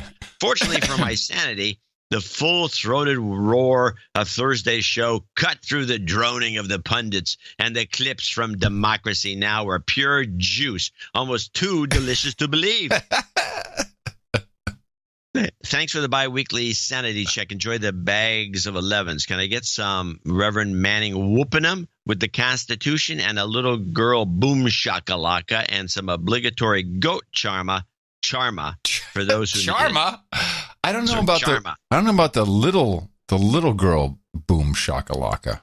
Yeah. Boom shakalaka, boom shakalaka. Where is the little kid? We got a little kid doing that? Yeah, geez, we used to use it all the time. Well, you make it sound like it's easy. Let's Let's see. Is it this one? Boom shakalaka. No, it's not that one. Anything? Is it this one? Bingo, boom shakalaka. No, that's Manning. We got that one. Is it this one? Boom shakalaka. No. I like that one, though. This is good. Boom shakalaka. We'll have to use that one. And what was the final jingle? Whooping him with the Constitution, boom shakalaka, and goat karma. Okay. Now get out there and whoop him. Obama's behind. Whooping, whooping, whooping, whooping, whooping, whooping, whooping with the Constitution. Whooping, whooping, whooping, whooping, whooping with the Constitution. Whooping, whooping, whooping, whooping, whooping with the Constitution. Whooping, whooping, whooping all of their behinds. Constitution. Whooping. Bingo, boom, boom, shakalaka, boom, boom, boom, boom, shakalaka, boom, boom. We just need cash. You've got karma. I don't know what all that was. That's all I got for you right now. Sorry. Where's that little? I thought we had a little girl boom shaka. Yeah, I can't it's find. It's a very cute jingle. You have to find it later. Okay, well now I have an issue. This is Dame Astrid, Duchess of Japan and all the disputed islands in the Japan Sea. Yeah, this was in that beautiful Tokyo, email. Tokyo. The beautiful email. $222.22. And she says, see the email. I saw the email and read it. Well, you put it in the newsletter. And I put it in the newsletter, but I can't find it in the email. Okay. Then let me go to my Outlook 365. Well, I can also just open up the newsletter and read it. No, I have it here. Dear Adam and John. Actually, it says Dear John and Adam. A small faux pas. Ever since Sir Mark hit me in the mouth in the early 200 episodes of No Agenda, I have fervently been listening each Friday morning and Monday morning, due to the time difference in Japan, to get my dose of sanity. John, your newsletters are always a great tease, but the recent one was just outrageous. Asthma cigarettes and no flies on me thanks to DDT. It's baffling how over the years intolerance of the large gray scale of diverse opinions has grown, and more people feel compelled to simply take sides with either black or white with nothing in between. I was stunned at Tim Collins. Tom Collins' hypocrisy for wanting to welcome all refugees, while Apple itself carefully scrutinizes who is let through their door. A huge thank you for your courage in making the news plain to see to us all. Also, big thanks to all the producers, especially the art and jingle producers, for keeping NA sparkly.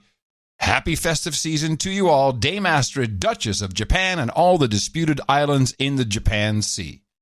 And thank you, Dame Astrid. It's always lovely to get a note from you, and I agree. I think it was a great idea to put your note in the newsletter. It worked. It really did. Thank you. Big patrons of the show. The last newsletter, the one that went out with her note in it, was also the most popular newsletter. It seems I got more feedback because people just love those animated GIFs. So here I am thinking it's the great letters, the great testimonials. But no, guys shooting off firecrackers on their crotch always beats out intelligence. And you worry about AOC being stupid. Come on. That crotch one is the one that was that got me.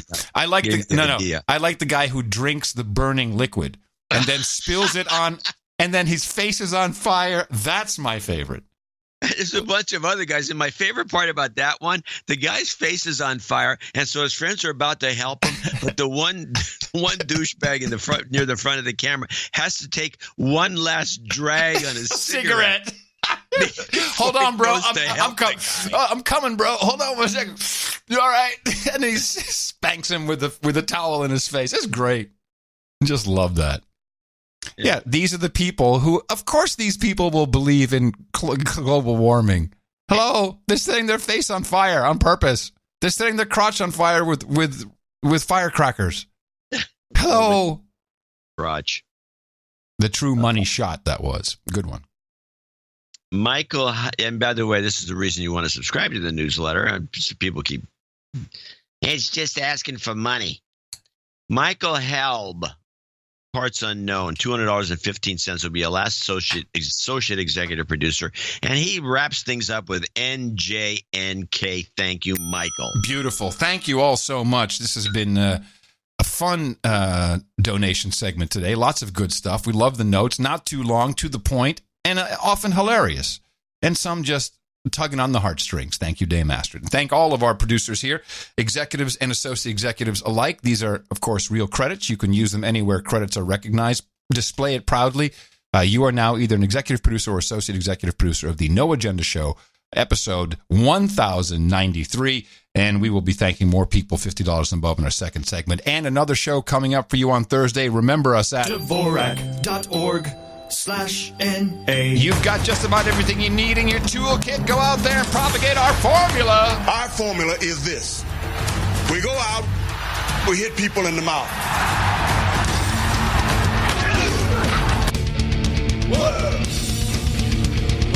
Bingo, boom, shakalaka. Shut up, slave. Shut up, slave. There's something I wanted to mention from the last show when we played that woman who, the faker that was talking about the babies and the incubators and all that. She got us into the the Democracy Now! Clip, yes. She also had some stuff in there that should have been sending off alarms. You've been in the Middle East. I have. Have you ever noticed that when you're driving like through the desert or any area where in the Middle East, you're usually on a highway or some sort of a paved road? Yes, beautiful highways. In Iraq, they had the highway was 8 lanes, and you drove in the middle. Yeah, and it was same in Israel's that way. They're all these kind. She made it sound like they're driving in the sand. When you listen to that clip, because they got stuck. Because they got stuck a couple of times because they're driving not on a highway or road. They're driving literally in the sand, which was just to promote the idea that this is just a bunch of in sand. The sand. Yeah, of course. There's no cities. There's no roads. It's just sand. Yeah, man. Sand. You know, I caught The Intercepted. That's Jeremy Scahill. Does a podcast for The Intercept, that $250 million blog that Greg Greenwald, Don Raff, and Pierre Omidyar started. Yeah. And he did pretty much the same thing as Democracy Now! About Bush. He went really far, just yelling about and going into great detail of the horrors and the death and destruction that H.W. Bush had brought upon the world, the ruthlessness. And like, wow, this is another great example of someone not kowtowing to the normal M5M line. It turns out, you know where this guy came from? His first gig was interning for Amy at Democracy Now! Yeah. Pretty good. She always has him on, too. Pretty good. No, I like it. It's a little cult. Oh, a little cult? Holy moly. Well, it's a little cult. So we have, it looks like now Trump is going to change a bunch of people out, that doesn't surprise me after it's the end of the year. It's the end of the year. It always happens at the end of the year. You kick some people out. Now, I don't have a rundown on the number of people, but we do have and I have all these little rundowns by the El Sindor woman on the main people that are leaving, and I would like to play them so we know, because for example, Mark Miley, the guy who was Army Chief of Staff, the top guy. Oh, the Joint Chief? No, he's not the Joint Chief guy. He is the Army guy. Oh, but this is the guy you like. Yeah. You like this guy. Yeah. I do like this guy, and I have a couple of. I brought some of his old clips back. Okay. Because he's the one who gave that slightly long. It's a 3-minute 23-second clip on the world order. I don't necessarily want to play it right now, but it looks like Tillerson. Well, Tillerson's been gone for a while, but they're going to bring in Miley, and then they're going to move over Heather Nauert. Nauert. Her name is Nauert. Yeah, Nauert. Now, I want to play this clip about her by El Sindor, because the mainstream media has gone after they're going after her. Oh, yeah, because she's one of them, you see. She was a Fox News babe, although she's very accomplished in her own right. But she has no – does she know about politics? She's just a spokeshole. She doesn't know nothing. This was a revealing clip because it's as if Alcindor did a very good job of running, giving a rundown on her, but she never threw in that she doesn't know it. She's not. So Judy throws it in at the end, which makes me think that Judy's really the left winger there. And once Gwen Ifill left, Judy has become a kind of a nutball. Heather Nauert, she has been the spokesperson and Assistant Secretary of State. What do we know about her? I'm going to quickly walk you through her bio. She was spokesperson for the State Department. She was appointed by President Trump in April 2017. She was a former correspondent for Fox News and a correspondent for ABC News. So she's someone who has a lot of experience in journalism. I'm told today that President Trump appointed her because she's a good talker. She's someone who has defended this administration's foreign policy plans. The president said she's very smart, very quick. People I've talked to say that she is someone who could talk, who could really come up to speed on the UN's dealings, that she could do the outside job, which is giving speeches, and that she could rely on her staff as much like Nikki Haley did to talk about other countries and get them to really support the things that the United States wants them to do. But no significant diplomatic experience. No significant diplomatic experience. You throw that in there. How can they be mean about a woman? I mean, isn't this the intersectionality we want? Isn't this the diversity that we seek? I mean, let's see. She went to shitty schools. Arizona State. That's party school. Yep. That's where all the pretty girls Bachelor of Arts in Communications from Mount Vernon College for Women. A master's degree from Columbia. Let's see what she did. She did work at some pretty serious news organizations. ABC News. She contributed to ABC World News Tonight, Good Morning America, Nightline. She was nominated for an Emmy Award for her news prowess. What does she know? Stupid. What does she know about anything? No policy. It's the wrong person. It's exactly the right person. Everybody who's, all these jamokes who stand up there at the United Nations, it's all PR, everything they do. Every document the United Nations comes up with is just we agree and recognizing that. There's no binding things that come out of there except a veto once in a while on the War Committee. whatever the Security Council. Yeah, the War Council. But otherwise, it's totally, and she's going to reign supreme. You know what's going to happen? Just to be a dick about it, these old boys at the United Nations are like, finally, they sent us a cute one. After Samantha Power, and by the way, why is it predominantly women that we send there? Yeah, it's a good point. I mean, they've sent. It's been all women. There's been Hillary was there for a while. Let's see. Let's look. Nikki Haley, John Kerry, I think was there for a while. Let's look at the list. Almost all women. Let's look at the list. Haley, Michelle Sison, briefly. Samantha Power, Rosemary DiCarlo, Susan Rice. We have to go back to 2007. Who was this guy? Zalmay. Oh, Khalilzad. There's something about that. He made a hell of an impact. Yeah, really. Before that, there was just an acting guy. Then it was Bolton in 2005. Before that, Ann Patterson. Then we had Danforth. I'm going back in time. So really, you go back to you have to go back to 1993, where we find Madeleine Albright, who broke. Well, I guess she's the exception to the women's rule. Then. No, Jean Kirkpatrick. In 1981, and that was as it. The jet flies overhead. But the last 1, 2, 3, 4, 5, I think that it's time for a man. This is not diversity. I think it's time for a Chinese man from the United States, American Chinese. Come on. Why do you say that? Because we don't have the ethnic is all whites. No, Susan Rice is not white. Samantha Power's not white. She's a gray. She's a gray. She's a redhead. She's a gray. She's a gray. I thought she was reptilian, personally. She's a ginger. She doesn't count. I could. All right. So anyway, so the other guy they're putting in is this Miley character, who I like, as you say. Yeah. Let's do the rundown. This is the Miley rundown on PBS that El Sindor does. Milley, General Mark Milley, to be the next chairman of the Joint Chiefs. So this is someone else that I'm going to have to pull up a graphic for. He is a 4-star general and the Army Chief of Staff. He is a Special Forces officer. He was.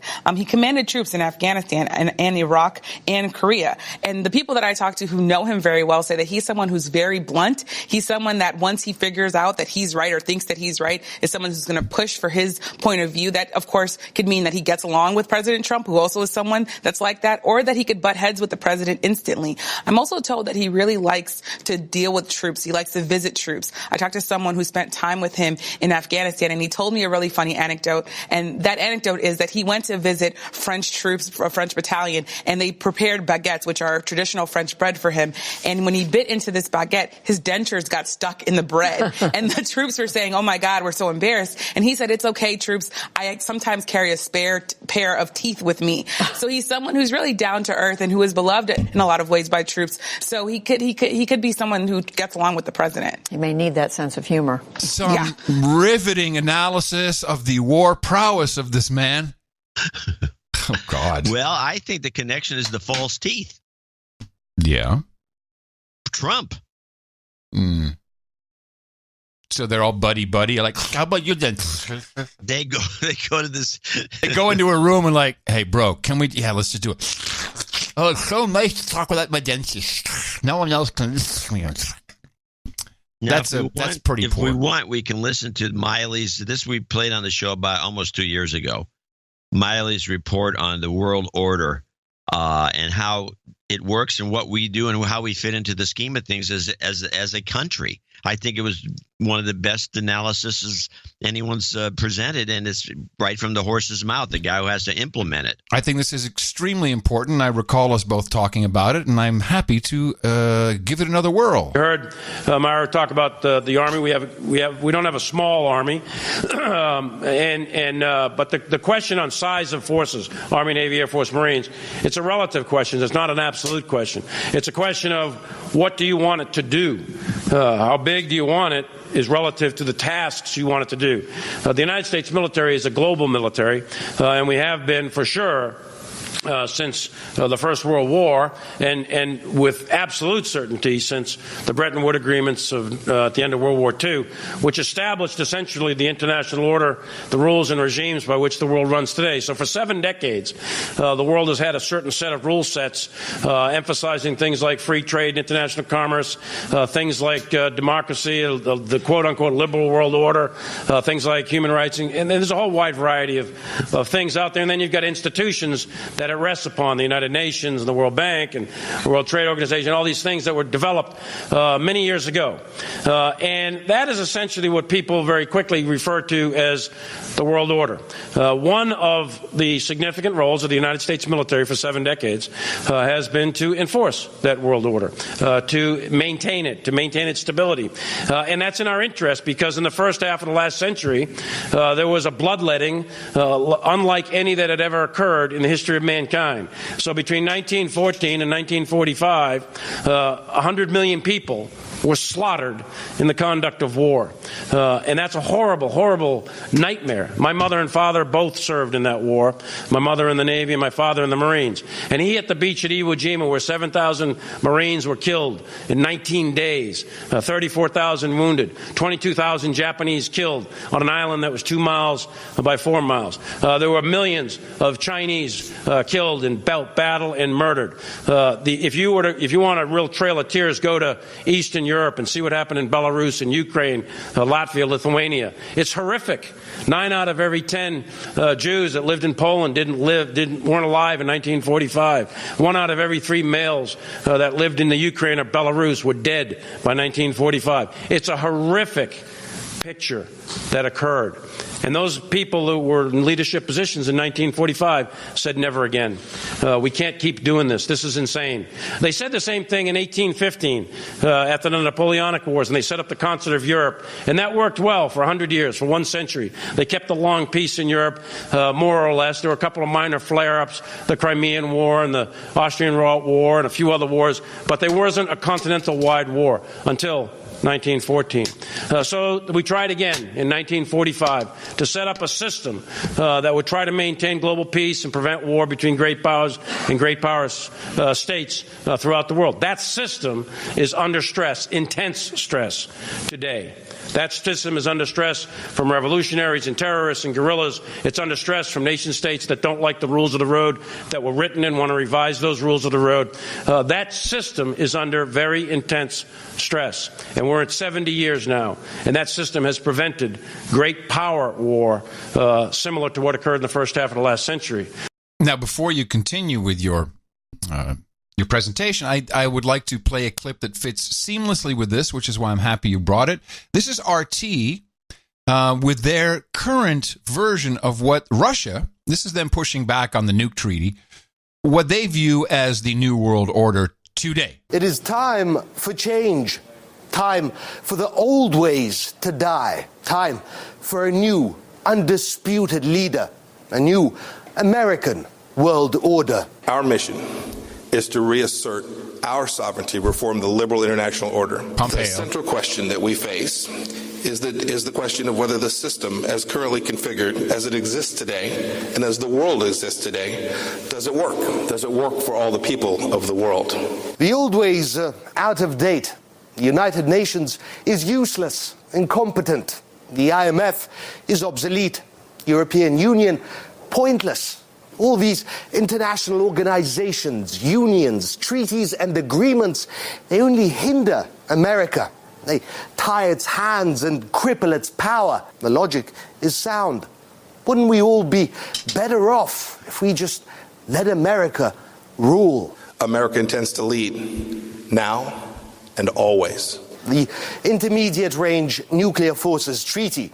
Russia is violating it, says America. Others aren't bound by it. It hobbles, limits the United States. And Washington's policy requires, it seems, more nukes, bigger nukes, faster nukes. One country in the world is bound by the INF Treaty, us.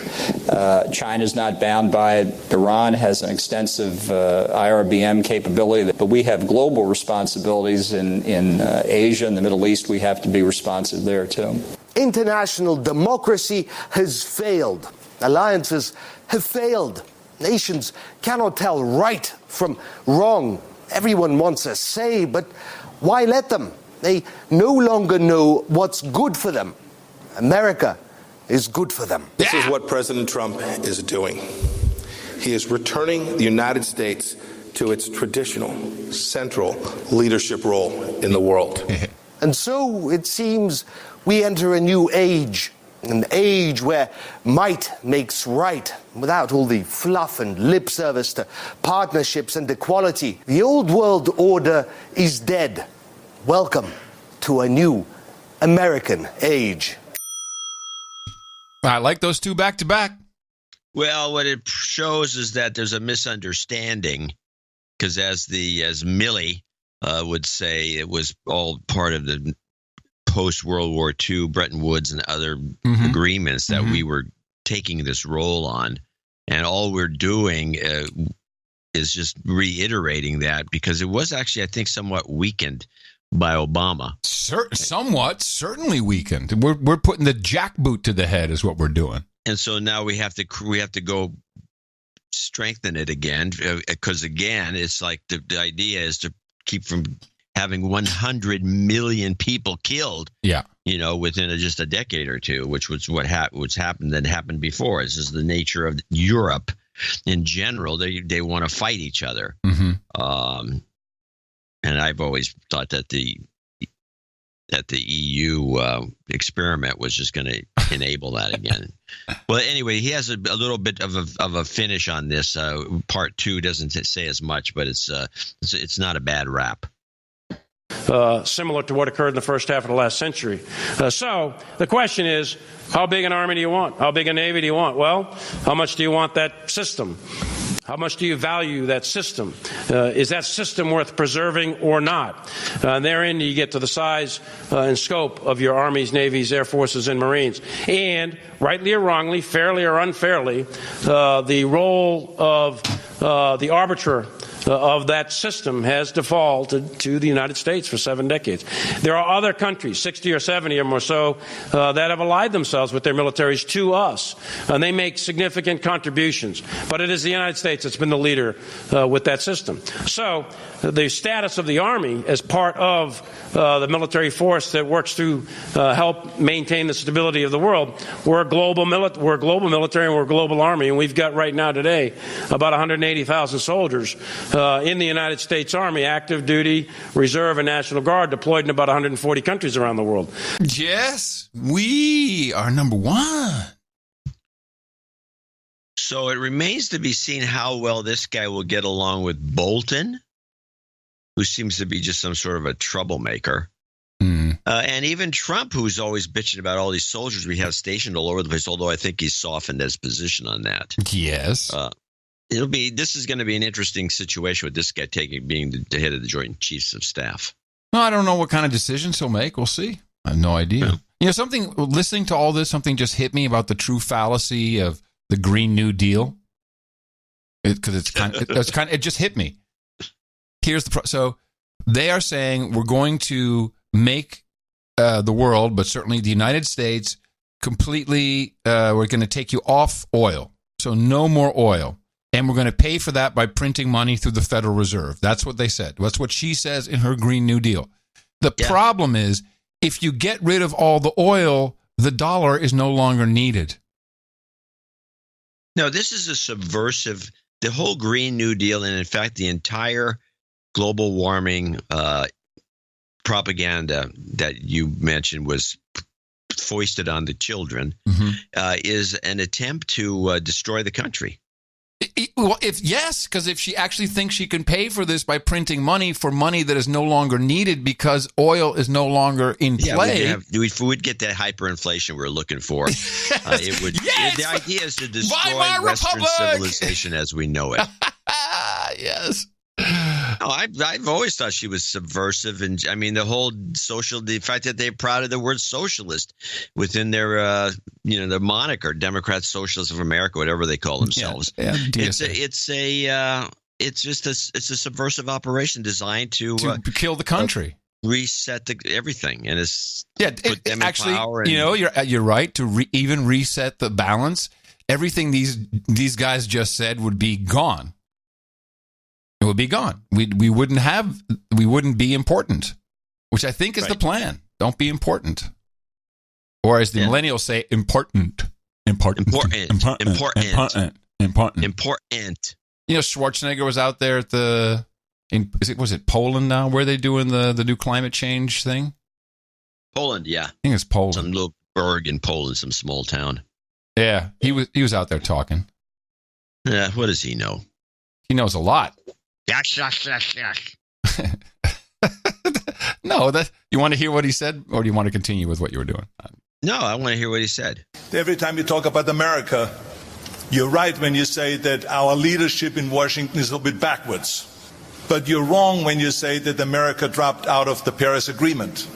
Because if you look a little bit beyond Washington, you will see that it is the states and the cities, there's local governments that control 70% of our emissions.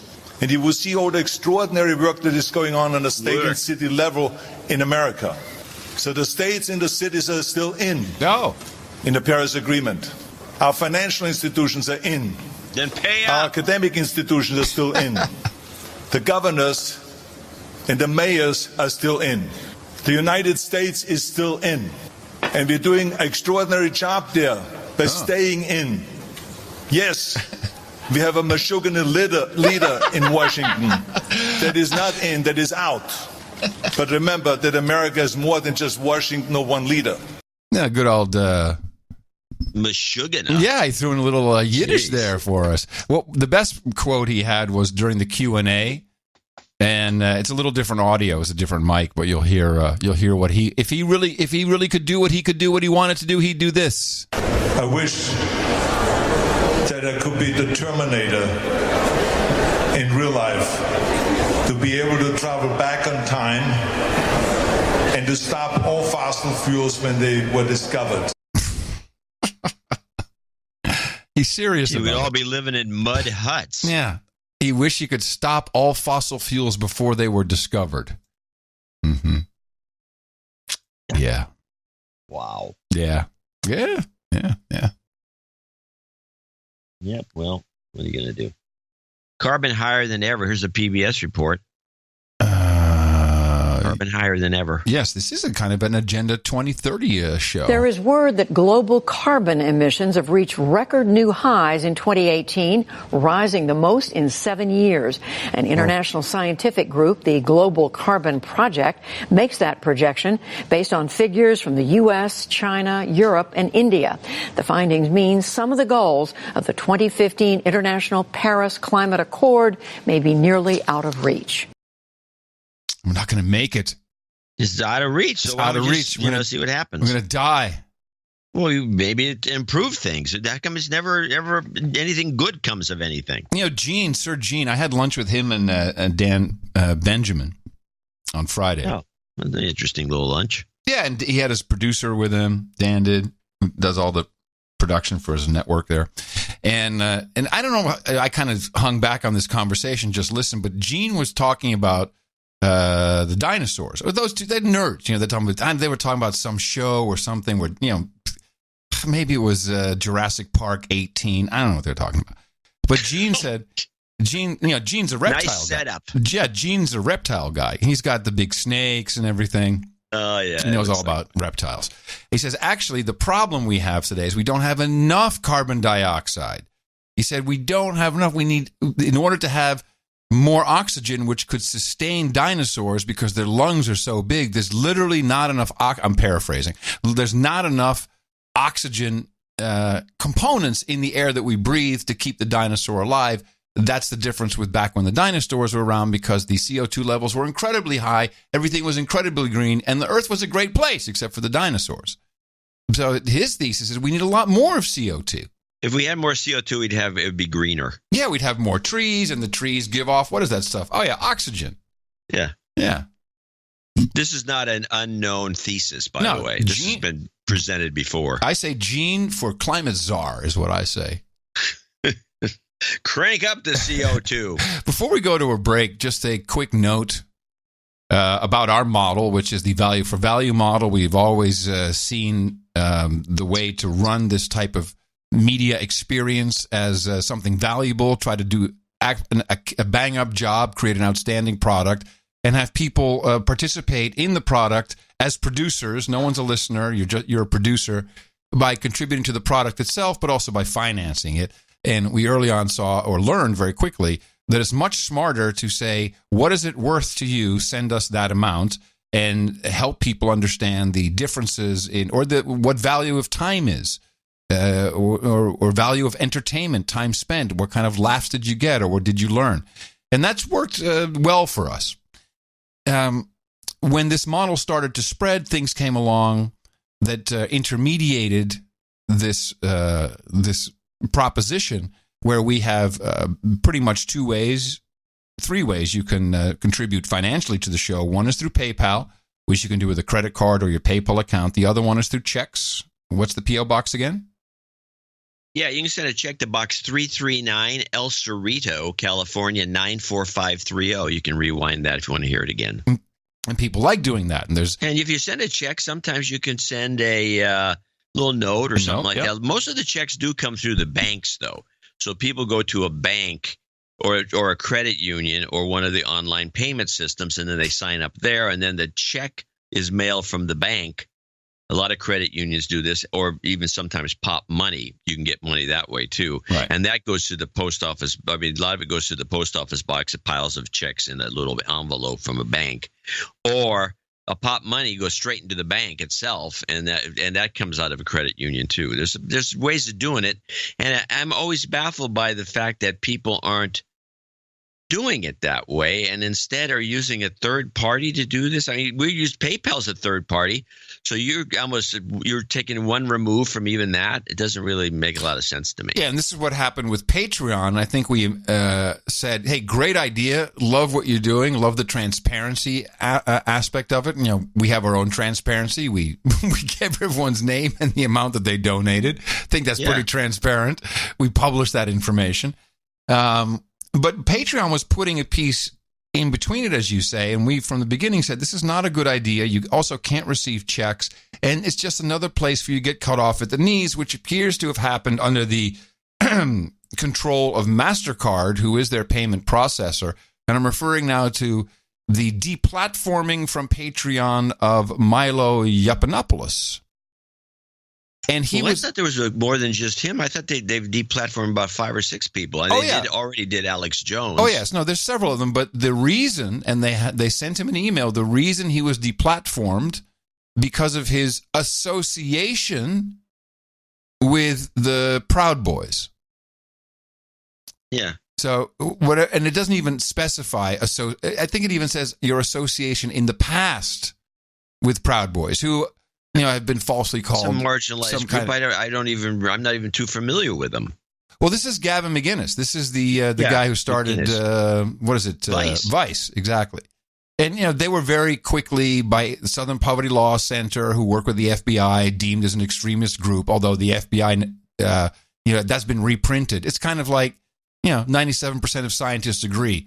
The Proud Boys are an extremist group. They're racist. They're Nazis, etc.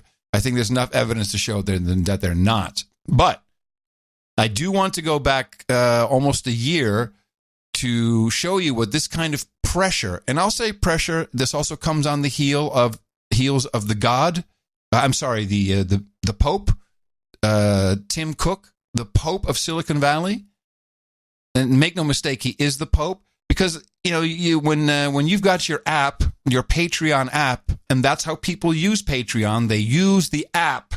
When that's on your iPhone and the App Store, you do not want to get into trouble with the Pope, with Pope Cook.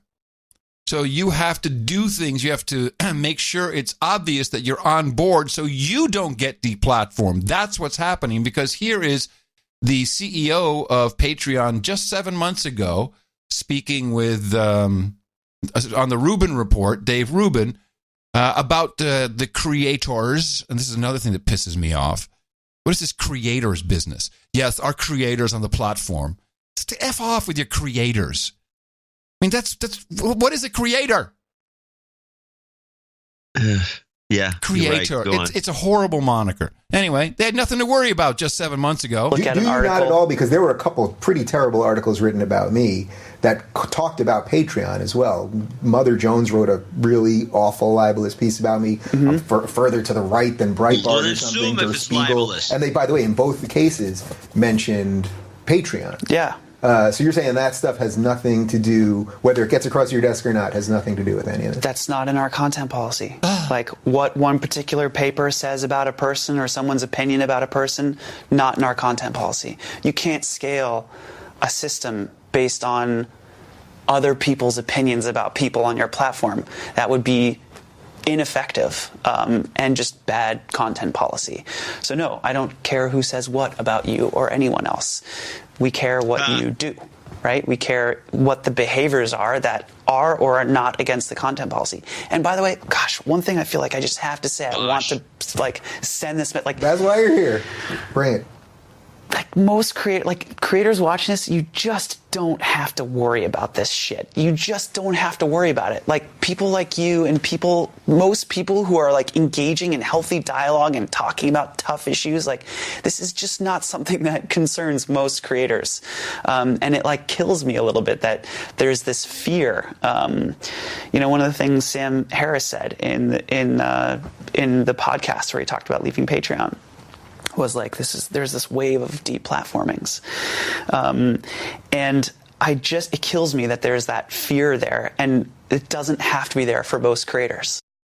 Okay, creators, nothing to be afraid of, creators. Gosh. Gosh. We need to bring Gosh back. It's so cute, Gosh. Oh, gosh golly. Gosh golly gee. Oh, gosh. Yeah. Well, if you recall, when Patreon was first introduced to the scene, we had a lot of people of our producers on our of our show saying, well, I don't know why you're using PayPal. I don't know why you're doing this. You could use Patreon. You should use Patreon. You should use Patreon.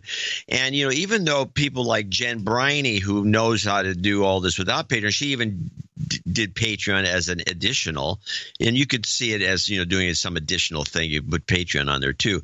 But we were against it because it was PayPal has deplatformed people too, and that's always a risk. But this is but Patreon's got seems to have more common sense about it. It's about them making money, and it's not about a lot of other stuff. And it's not this middleman who probably does a lot of the business through Patreon too. So why would you use a middleman like this? And then you're at their beck. And we looked at the terms of service. Yeah. And there was a lot of stuff in there that we didn't like. There's nothing like that with PayPal. There's no terms of service about what we do. There is one thing you can't do. What? You can't disparage PayPal. Oh, yes. PayPal does have a non-disparagement clause, which is fairly recent. Yeah. But you cannot say shit about PayPal. So we actually don't disparage PayPal, but I don't see any reason to disparage them anyway because we've had nothing but good luck with them, even though others have some complaints. But it's beside the point. Patreon is introduced as a system that takes it just doesn't make any sense to me. I would much rather encourage people sending checks. Yes. Yeah. Where there's no, the bank takes their, a little transfer transaction fees. But Patreon does this, and then they have control of your operation. We have with PayPal and MailChimp, which is another operation that's deplatform people. But we have the mailing lists. Every customer who's ever paid us through PayPal, I have their email and their home address. And I can get all that information. What do I get from Patreon? It's just I never liked the idea of this operation. No, and I don't see what it does that you can't do yourself. And that's part of it. It's just laziness. I think this is lazy. And here's the other thing. Let me give you this. This is one of the reasons I really like PayPal. If you've noticed, anyone who gets the newsletter will notice this. We have these offers that change. And I change the offers like constantly. And it's a matter of it's not even coding. It's PayPal does all this work to create new buttons. And so I have probably 4 pages of, I think there's 100. I think we've got 400 different offers over the years. Some of them are long gone and we don't use them anymore, but they're still there. And you can keep creating new ideas. And, let's do a special because we have show 1100 coming up, which will be our first show of the year 2019. Will be show 1100. And I can do a whole series of special offers. And Patreon doesn't give you any of that. Here's your goal. Here, give us some money. I mean, it's just so simplistic. Thank you. You cannot leverage anything with Patreon. I really don't like the way they set up. It just doesn't make any sense if you're into marketing in the least. It's just why don't you just throw away half your income because that's what you're doing when you're using an operation. That's exactly right. It's exactly right. And again, I'm going to say that this deplatforming, ever since Pope Cook came out and said, it's us, we're making technology only useful for good. That was the moment. And of course, they were also the first ones to deplatform Alex Jones. Everybody went after that is because they hold immense power with their app store. It is because all the journos have iPhones, all the elites have iPhones, and you do not want to be deplatformed. So if you're promoting a guy who was associated with the Proud Boys and you've already been deplatformed from someplace once and you're on Patreon, this guy's thinking, holy crap, we got to get him and anybody else off because otherwise the Pope will take us off the App Store. It's a cascade of deplatforming. And so you think that Patreon is shaking in its boots? Yes, of course they are. Their app is incredibly important to their business. They need to, people use Patreon, I think, through their app. I'm pretty sure. You're probably right. And they can't have that association. I really never understood why people wanted us to use it.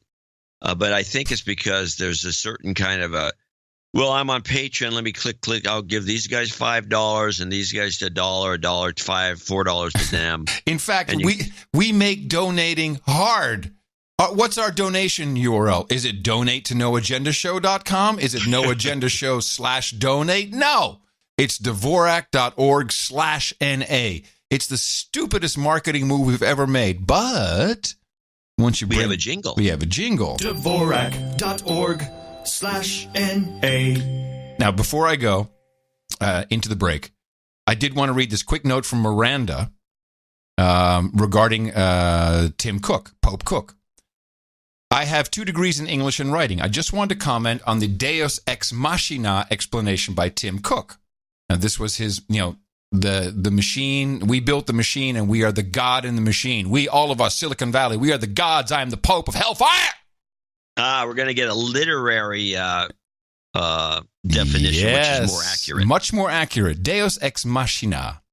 To clarify, the machines functioned to bring the gods, as characters, to the stage at the end of the play to rescue the protagonist of the play. However, what's interesting to me and what Pope Cook did not mention is the impossible situation the protagonist was being rescued from was usually the violent undoing or murder of all the supporting characters. It's called deplatforming now.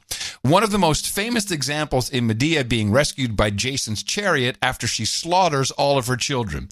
I thought it was interesting and possibly ironic that he was framing his analogy in a benevolent light when the tradition usually revolves around horrific acts and total destruction in the world in which the play takes place. So, will Apple be ultimately resolved from their sins? Think about it. Thank you, Miranda. I'm going to show my support by donating to No Agenda. Imagine all the people who could do that. Oh, yeah, that'd be fab. Yeah, on No Agenda in the morning. And indeed, we do mention the people that give us help and support the show and produce the show. In fact, twice the show. Kimberly Davis at the top of the list here in Enid, Oklahoma, $133.33. She needs a de-douching. You've been de-douched. I'm going to read her note. She's going to want some Nancy Jobs. Carmen will put that at the end for her. Currently in pilot training for the U.S. Air Force in the 33rd Flying Training Squadron. Boom! Send pictures. 2 more graded flights till I find out what's next for me. Thanks for the great show. Adam, I will email you next time I bring a jet down to Austin. Oh, are you kidding me? Yes. Oh, wow. Cool. Sir Arthur Gobbets, hugger of kitties. Gobbets. $123.45. He's got a birthday coming up, and he needs some jobs. Carl put that at the end with Kimberly's. Carl Schneider in Lake Bay, Washington, $109.20. Says, oh, Gobbets was 1, 2, 3, 4, 5. By the way, he did say that show 1092 is probably one of the best he's ever heard. Oh, really? I think it was one of the best we've done for about a year. Huh. And I gave it a high rating in the family. You gave it an A- in the family. Yeah, the family got an A-, which is the first, which is very rare. Yeah, families are rough on us. Tex, 8008, Boobs in Richmond, Virginia. Nice little town. Baron Mark Tanner came in twice. First time with 6789. He's in Whittier, California. He'll come in again with lesser amounts. I don't know why he did this. Brian Pearson, 6666. Sir Craig Porter, 6006 in Council Bluffs, Iowa. He says, little boob donation for you guys for having FPS Russia on the Darwin GIF section. Oh, right. Okay. What's that? It was one of the GIFs that was on the newsletter. John Fitzpatrick in Heber Springs, Arkansas. Go Chiefs. Ben said, good luck. Ben Klinger in Toledo, Ohio, 60. David Galloway, 5510 in Flower Mound, Texas. Chris Kincaid, 5510. Sir Greg of Parts Unknown, double nickels on the dime, also 5510. Sir Austin of the Snowy Cascades in Sammamish, Washington. A little jobs coming for his wife, Laura, coming up. Mm-hmm. Sir Up in Seattle, Washington, 5133. Baron Mark Tanner again, 5111. Edward Gartland in Mendon, New York. And he needs some health karma for Dash. All right. Apparently, or he said it worked. He sent a nice little note. Yeah, Drew Mochak. in El Cerrito, 50. These are all $50 donors, name and location. This is a short list, by the way. Drew Mochak in El Cerrito, Dan Doring, parts unknown, Jonathan Meyer in Xenia, Ohio, Sir Edward Mazurek in Memphis, Tennessee, Joseph Pumphrey in Brandon, Mississippi, Heather Rodriguez in Stockton, California, Matthew Byington, parts unknown, Tony Smith in Fort Worth, Larry Hay in Mooresville, North Carolina, Sir Brett Farrell in Oklahoma City, Jason DeLuzio in Chatsford, Pennsylvania, Kyle Meyer in Atlanta, Georgia, and last but not least, Sir Alan Bean, who will be listed today because he's now become a Viscount. Hey, that's right. It's on the list. Which is beyond Baron. It's heading to a Duke. On his way. I Fantastic. want to thank all these folks for helping us produce show 1093. Something was posted on Twitter the other day, just to give you an idea of who some of the people are that support this program. Nussbaum. Nussbaum is what? Is he Grand Duke? No, he's an Archduke. Archduke, that's right, Archduke. He posted a piece of a military award, from a naval award he received. Yeah? Did you see this thing? No, I missed it. Electronics Warfare Technician First Class Surface Warfare Aviation Warfare Thomas R. Nussbaum, United States Navy. He received this citation this award for professional achievement in the superior performance of duties while serving as Information Warfare Watch Officer and Information Warfare Planner assigned to Commander, Carrier Group 2 from June 2002 to May 2003. Petty Officer Nussbaum spearheaded the Commander Task Force 60 Psychological Operations Program. He fabricated a PSYOP interface box which provided the U.S. Navy with its first organic PSYOP radio delivery capability. Are you kidding me? These are the people that support and produce this show. Yeah. And he got an award for his outstanding. I didn't read the whole thing, for his outstanding work as a psychological warfare officer. That's why they love the show, because we know all about this stuff. Not us, but Nussbaum sure does if we ever need him. Well, Nussbaum for sure. Hey, thank you, everybody, for supporting the program. Nussbaum. And thank you, everybody who came in under $50 for reasons of anonymity, or if you're on one of the subscription programs, check them all out and support the work for our Thursday show at Dvorak.org/NA. Multiple karmas requested. We got some health. We got some jobs as well. Jobs, jobs, jobs, and jobs. Let's vote for jobs. You've got karma.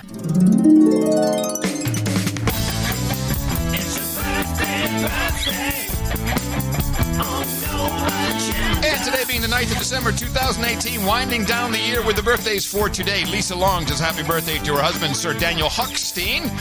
Celebrates on the 21st of December. Sir Sean of Slovakia will be celebrating on Tuesday, the 11th. And finally, Sir Arthur Gobet, Sir Hugger of Kitties, protector of the Groninger gas fields, Baron van Slochteren to Huizinge, 48 years old on December 12th. Happy birthday from everybody here at the best podcast in the universe. Then we do have a Daming.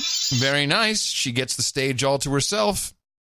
Hello? Here you go. I got it. Okay, good. Illuminatia! She made it with her 33s all the way to the No Agenda Roundtable of the Dames and the Knights. We are proud to have you here, and I am very proud to pronounce-icate you, Dame Illuminatia, Dame of the No Agenda Roundtable for you, as requested, roller skates and breakfast burritos. Also, some hookers and blow, Rent Boys and Chardonnay. We got warm beer and cold women. Single malt Scott. We have Dame Elise limoncello and salmon, rabbit meat and goat milk, red eyes and rye, harlots and haldol, pepperoni rolls and pale ales, organic macaroni and plasticizers, ginger ale and gerbils, bong hits and bourbon, geishas and sake, Rubenesque women and rosé, and of course, mutton and mead. It's a staple at the round table. Go to noagendanation.com/rings and hand over all your details on your ring finger, and Eric the Shill will get that to you as soon as possible. Come gather round, douchebag, producer and slave, as we all thank your brothers and sisters who gave, and some of them knights, some of them dames, titles are a change. Title changes for today. Sir Alan Bean, as you just heard earlier, now takes on the royal role of Viscount, and Sir Corwin Underwood becomes Baron of all Southwest Ohio. Congratulations to them, and thank you again for your courage and for support of the work here at the No Agenda Show. It is highly appreciated. And we're back. We are back. Yes. A couple of little just side things. They got the Kevin Hart story, which I think is funny. It's funny in a very sad way, but yeah, this is his tweets from 2009. Yeah, where he was. There's a lot of them. I have a bunch of. And my question is, were they funny in 2009? They might have been. I don't know if the word fag was funny back then, or his role in the comedic realm made it okay for him. I'm sure in context it was perfectly fine back then. I don't know if it was. I do have the story of him being bounced, and I do have a part of his gay bashing stand-up routine. Yeah. Which one do we do first? Which is kind of what his tweets were like. It was pretty. The stand-up routine seems pretty mild. I think Eddie Murphy had more gay bashing material. Yeah. Than this guy. But let's play the background so we can get this. This is a little what do you call it? The real news segment. Kevin Hart bounced Oscars. And the host of this year's Oscars, Kevin Hart, has stepped down following public outcry over his past homophobic tweets. Most were posted from 2009 to 2011, and some were deleted. Last night, the actor and comedian tweeted that he didn't want to be a distraction, and he apologized for, quote, insensitive words from my past.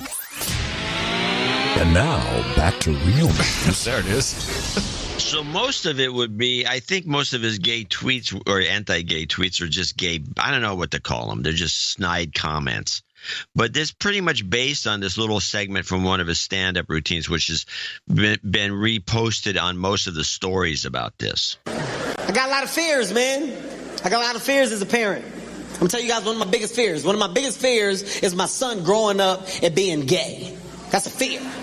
Keep in mind, I'm not homophobic. I have nothing against gay people. Be happy. Do what you want to do. But me being a heterosexual male, if I can prevent my son from being gay, I will. Now, with that being said, I don't know if I handle my son's first gay moment correctly. Like, every kid has a gay moment, okay? Every kid. But when it happens, you got to nip it in the bud. You got to stop it right there. Hey, stop. That's gay. It's quick. No. I don't know. I don't know if I handle my son's situation right, okay? He's at a birthday party, right? My son had a birthday party. He's playing. You know when kids play, they just play. You don't know what they're doing, but they're having a good time. They're just doing a bunch of stuff, right? They're moving around. I said, okay, he's good. I finished talking. I turned back around to check on my son again. A little boy was grinding on my son's ass. He was like this. I didn't know what to do. I panicked. I knocked them both down. Hey, what's going on here? What kind of party is this? Huh? What kind of party is this? What's going on here? This lady came out. She's like, what are you doing? They kids. Let them play. I said, well, you show me another kid getting fucked in the ass and I'll calm down. My son had on corduroys. That's why I had an attitude. Because I didn't see it. I heard it. All I heard was... I said, who the hell is playing cards? What is that? Is somebody shuffling cards? They're too young for spades here. The thing that pissed me off, here's what pissed me off, man. I was eating a buffalo wing when it happened. I should have dropped the wing and ran over there, but I licked my fingers first. I didn't mean it. I said, hey, boy. The black in me came out. Okay. Now contrast that. Just stay in that moment. Not even 10 years ago. Contrast that with this piece about Joanna Olson. She is from the Division of Adolescent Medicine at Children's Hospital Los Angeles, and she does research on transgender youth. And you will understand why Kevin Hart is not hosting the Oscars. The research that I do, in addition to the clinical work that I do, is really involved with understanding what these young people experience. What is their experience as a young person who doesn't feel like they were born in the body that matches their internal sense of their gender? There's astounding rates of suicide attempts among trans youth. So about 50% of trans youth have attempted suicide by the time they're age 20. So this is a serious public health implication. So for those young kids who are starting puberty and have strong gender identities that don't match their bodies, those young people can really benefit from not ever going through the wrong puberty the first time. In older kids or adults who've already gone through their endogenous puberty, those young people have to go through a second puberty. Well, we don't even like going through one puberty. Frankly, nobody really likes it the first time. So it's very hard for them. It's much easier if we can halt their puberty early on in the process and let them be suspended for a little bit and then put them through the right puberty that corresponds to their brain. Puberty. This is what we do over in our program. If we get kids early enough in the process, we put them on puberty blockers or medications that actually keep their body from progressing through that wrong puberty. They come in older, they may be appropriate patients to go on to hormones that will allow them to either feminize or masculinize their body, which gives them a body that's much closer to their internal gender identity. And so I'm really hoping that people understand this lives in the medical world. It necessitates for some people medical intervention, and that's really important. And it has to stop being a political and religious issue, a mental health issue. The mental health piece of it comes from the way that the outside world responds to these young people, and adults as well, but because I work with young people, that's who I understand, and I understand the experiences and the trauma that they undergo because they don't have an aligned gender identity in the rest of their body. So without judging... Oh, my God. Without judging either one, I just want to show the contrast between 10 years ago, Kevin Hart making that's a skit. It's a written bit. Shtick. Shtick. No, it's not a shtick, and it's a skit. And tweeting about that at the same time, and it was clearly okay. It was okay from Kevin at the time. It was okay with Twitter at the time. And now you see what is happening. Oh, by the way, it's nothing. The mental issues, it all only comes after the fact. Two doctors seriously telling us that's a good idea to administer drugs to delay puberty so the child can go through the right puberty and not the wrong puberty.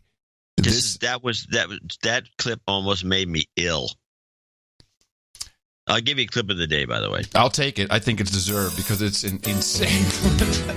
Clip of the day. Child abuse is what I would say. I would say it's child abuse. And it also contradicts the idea that we're all kind of the same. It doesn't make any difference if you're a man or a woman. We're all equal.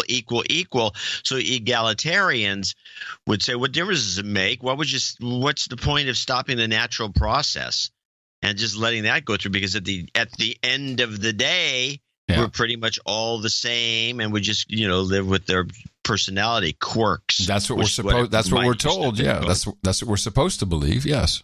Yeah, well, that's kind of a change now. Yes. I'm telling you, it's just an attempt. It's just more deballing of the male. And, Amsterdam is seriously considering canceling the gay canal pride parade. Why? Yeah, the gay pride canal parade, which is a big deal. Yeah, why? Yeah. Well, remember, these are the people who removed the I Amsterdam sign. Well, it's getting a little out of hand. It's a little too much for the city. I think it's the gays. I think that there's something about the particularly white gay males that are no longer fitting in the LGBTQIAAPK equation. I think they're starting to be shunned. Yeah. Yeah, you've pointed this out before. Yeah. This is like a kind of a subtext of the gay non-community. Yes, the actual the OG gays, the original gays, the gay guys, because women gays were called lesbians. I don't know, whatever you're called, doesn't matter. I'm just saying they're being singled out. They're getting in trouble, taking away that party. Two things I want to get out of the way because it's important. Okay. One is the Huawei arrest. Yes, thank you. Let's do that right now because I knew you were going to be on it because you promised that in the newsletter, and you actually were, which is fantastic. tell me all about it. I promise more than I deliver usually, but I've not focused on it. Let's play this clip. A Chinese telecommunications executive is facing multiple fraud charges in the United States for allegedly violating U.S. sanctions against Iran. Huawei's chief financial officer, Meng Wanzhou, was arrested on Saturday in Canada at the request of the U.S. Today, she appeared in a Vancouver court for her bail hearing. Her arrest sparked fears of an escalation in a trade war between the U.S. and China. Huawei is the world's largest supplier of phone and internet technology. U.S. intelligence agencies have accused the company of spying for China. Okay.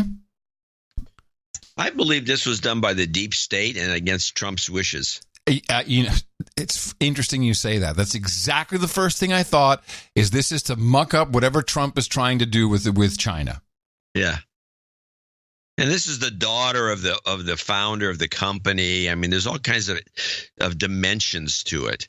And now you start hearing from the mainstream media, oh, she can get life in prison. She's not going to get a day in prison. She's going to get, or they may fine the company. But this is just an attempt to embarrass the administration. I'm convinced. I agree with you. I totally agree. I think that's exactly what happened. And it has to do with her involvement in an operation in 2009, I believe. She's not even involved with anymore. This is something of a scam. But we'll see. I mean, nobody likes Huawei. So let's start with that premise. So there's that element. Nobody likes Huawei. They are considered dirty players in the telecom business. Their whole idea is, and I've been told this by people who have worked there. I got the same story in Brazil from somebody who worked there. I got the story in Europe from somebody who worked. I got the story here. Here's the way they do it. They got a couple of guys spying on Ericsson. Right. Ericsson goes into a company Z, and makes an offer about some big telecom deal, and then they leave. Boom. The Huawei people go in and they say, what did Ericsson, what was their price? We'll cut it in half. What did they would offer? We'll do half. We'll do half. We'll do it for half the price. And that's their whole business model. That's their business model. Yes. Which is following around Ericsson salesmen. Right. So there's some belief that maybe they have some back doors, but I actually don't believe that. I think people are just irked by the fact that their business model is so sleazy. Well, isn't that kind of what China does, just in general? I think so. Yeah. But these guys are really good at it. I ran into them once at a trade show way when they were half away. They were right at the beginning, and they were creepy. It was a creepy operation. They were always secretive. They wouldn't talk. They didn't like talking to the news media. It's like they were doing something wrong. So they have a guilty conscience. But they apparently make a nice smartphone. I think it's one I'm going to get when I upgrade. That's what all the Europeans are buying Huawei phones. They're really moving away from the iPhone, at least just in the general population, the popular kind of thing that's going on. Yeah, well, it's a nice phone. Especially, they got some nice colors of the cases. It's a really pretty phone. It's very metallic. Mm-hmm. It's modern looking. It has it's pretty close to the Google model for the Android. It doesn't have all the extra features that kind of muck it up the way Samsung does it. Mm-hmm. So, I don't know. Just thinking about it. But that's the Huawei story. So I don't know where this is going, but I will follow it. Okay, excellent. Also, another story that got my attention is the Don Hewitt is now a creep CBS story that was presented to us by NBC. CBS, as far as I know, did not play this story. Sexual misconduct and secrecy at CBS News, this time involving the late Don Hewitt, the man behind 60 Minutes. NBC's Ann Thompson has the details. Don Hewitt created 60 Minutes. Good evening. Over 36 years building a legacy of journalistic excellence, ratings dominance, and now allegedly sexual harassment. The New York Times reporting in the 90s, CBS settled with a female employee who claimed Hewitt sexually assaulted her several times and ruined her career. This according to a draft investigative report looking into CBS's culture. The original settlement, reports the paper, was for $450,000. It's been amended 6 times and now exceeds $5 million, plus $75,000 a year. Wow. Hewitt died in 2009. Why is CBS still paying this money? Clearly, CBS still wants to keep this woman quiet, and the payments that they've agreed to stretch until the end of her life. CBS had no response. Holy crap. Investigators reportedly say the misconduct of Hewitt's successor, Jeff Fager, was less severe. Fager was fired after sending a threatening text message to a CBS News reporter covering allegations against him. According to the Times, investigators say the firing was justified. Fager said he was only demanding fairness in coverage and regrets how he did it. Still unknown who will be the next leader of CBS's legendary broadcast. Ann Thompson, NBC News, New York. Wow, what a hit piece. And what a great story. Kidding. What a story. Gets paid until the rest of her life. It's like the lotto. What a win. Ruined her career. Who cares? Ruin mine, please. That's crazy. I wonder what happened. That's 450. I wonder what happened, and I wonder who this is. And now the way they presented the story, it's like we have to find out. But I don't know if we can, because it's really under lock and key. Hewitt? Didn't he kill the anti-tobacco story on 60 Minutes? Wasn't that him? I think it may have been him. Yeah. Huh. Oh, what the heck did he? And why is this coming out now? What is the point? This is an NBC hit piece. Right. These networks are now, but they don't care about the victim who has, been carefully kept quiet, and she's gotten her due for sure. For her career being ruined, she has income for the rest of her life. I mean, I don't know what happened. I'm just going on the facts. Sounds like okay, and then why? Why are we going to do this just to make CBS look like crap because they don't have a? Now that Moonves is gone, and Moonves, it's like kicking CBS when they're down. Well, you might as well. What am I saying? Of course, maybe the only shot you have. Way to go! Perfect. Oh yes, it's so great knowing that neither of us will ever be pulled into one of those scandals. That much I know. No, we haven't. Yeah, we're not lightweights, but to say the least, by that comparison. Oh boy! All right, we got some of these end of show mixes are getting long, so I only have one longer one. But I've got to thank Sir Chris. I got to thank Secret Agent Paul. What else do I have in here? Let's see, do we have there's just too many people to thank who do these mixes. I got to put them all in the credits, but they are appreciated. We're starting to get a little Christmassy, and so we always appreciate sharing some of the cheer. And I'm coming to you from downtown Austin, Texas. This is the capital of the Drone Star State in the FEMA Region number 6 in the governmental maps in the 5x9 Cludio in the common law condo. In the morning, everybody. I'm Adam Curry. And from northern Silicon Valley, where I will mention, because I forgot to earlier, that the Zephyr today was right on time at 9:15. I'm John C. Dvorak. We return on Sunday right here on No Agenda. Until then, adios, mofos.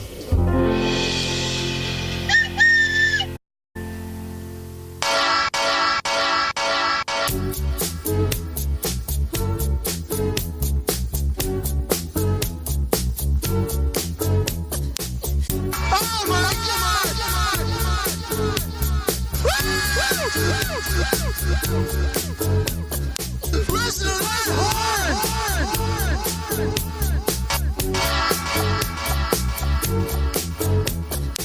Oh my God!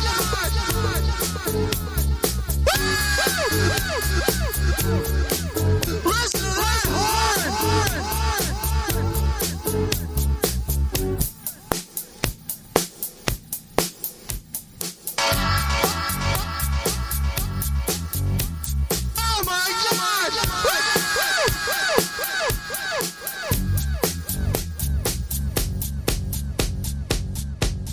horn! Listen to that horn! Put another prawn on the barbie. No one in Australia calls them shrimp. And no one here drinks that Foster's lager. But everybody knows it tastes like shit. But we'll spread the rumours of our giant spiders. Koalas drop from trees to eat your flesh. And all the killers, snakes and crocs and dingoes, and other horrible ways you'll meet your death. Like die of thirst way out there in the desert. After your camper van has broken down, get eaten by a shark off the beach at Bondi, or dragged out in a rip and simply drown. Have the boat drive off when you're out a snorkeling. Get lyssa virus from a rabid bat. So put another prawn on the barbie. Don't hitch ride with that bloke Ivan Milat. They should get very, very nervous. I would think that would be worrisome to any White House. On the broadcast, it says where my dog's at. No, it doesn't say that. But what it does say... Any collusion? Trump Tower Moscow wasn't some tiddlywinks deal. That facts matter. Question about whether or not dangling a partner can actually qualify as a form of obstruction of justice. Any collusion? Yes or no? John? Absolutely, yes. Nancy? Absolutely, yes. Donald Trump is talking to Michael Cohen about reaching out to the Russian government? Look, I watch Rachel Maddow. I get it. I know there are a lot of Russians and Russian people in emails, but like... And oh, wait, there's more. Any collusion? Neil Katyal? 100%. And the ongoing probe of potential collusion with Russia. It's very clear that they want to send a clear message. We've got all our experts back for this.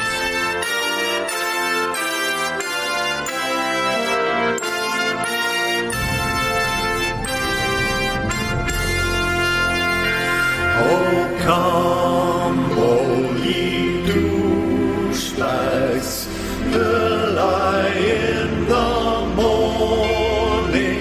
Oh, come ye to Adam and John.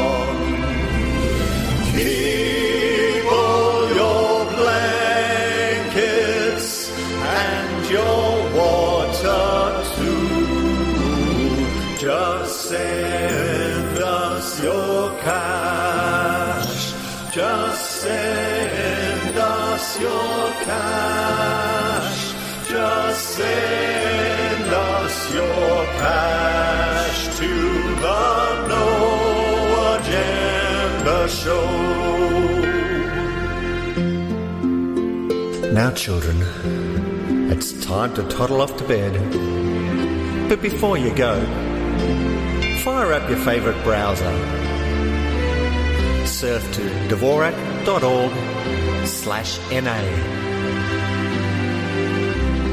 Click on the yellow donate button. Click on the PayPal button.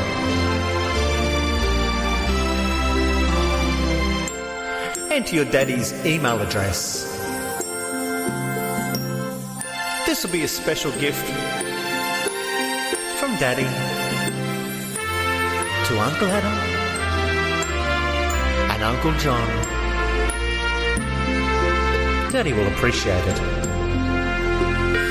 Oh, come, all ye douchebags, lie in the morning. Oh, come ye, to Adam and John. Keep all your blankets and your water too. Just send us your cash. Just send us your cash. Just send us your cash to the No Agenda Show.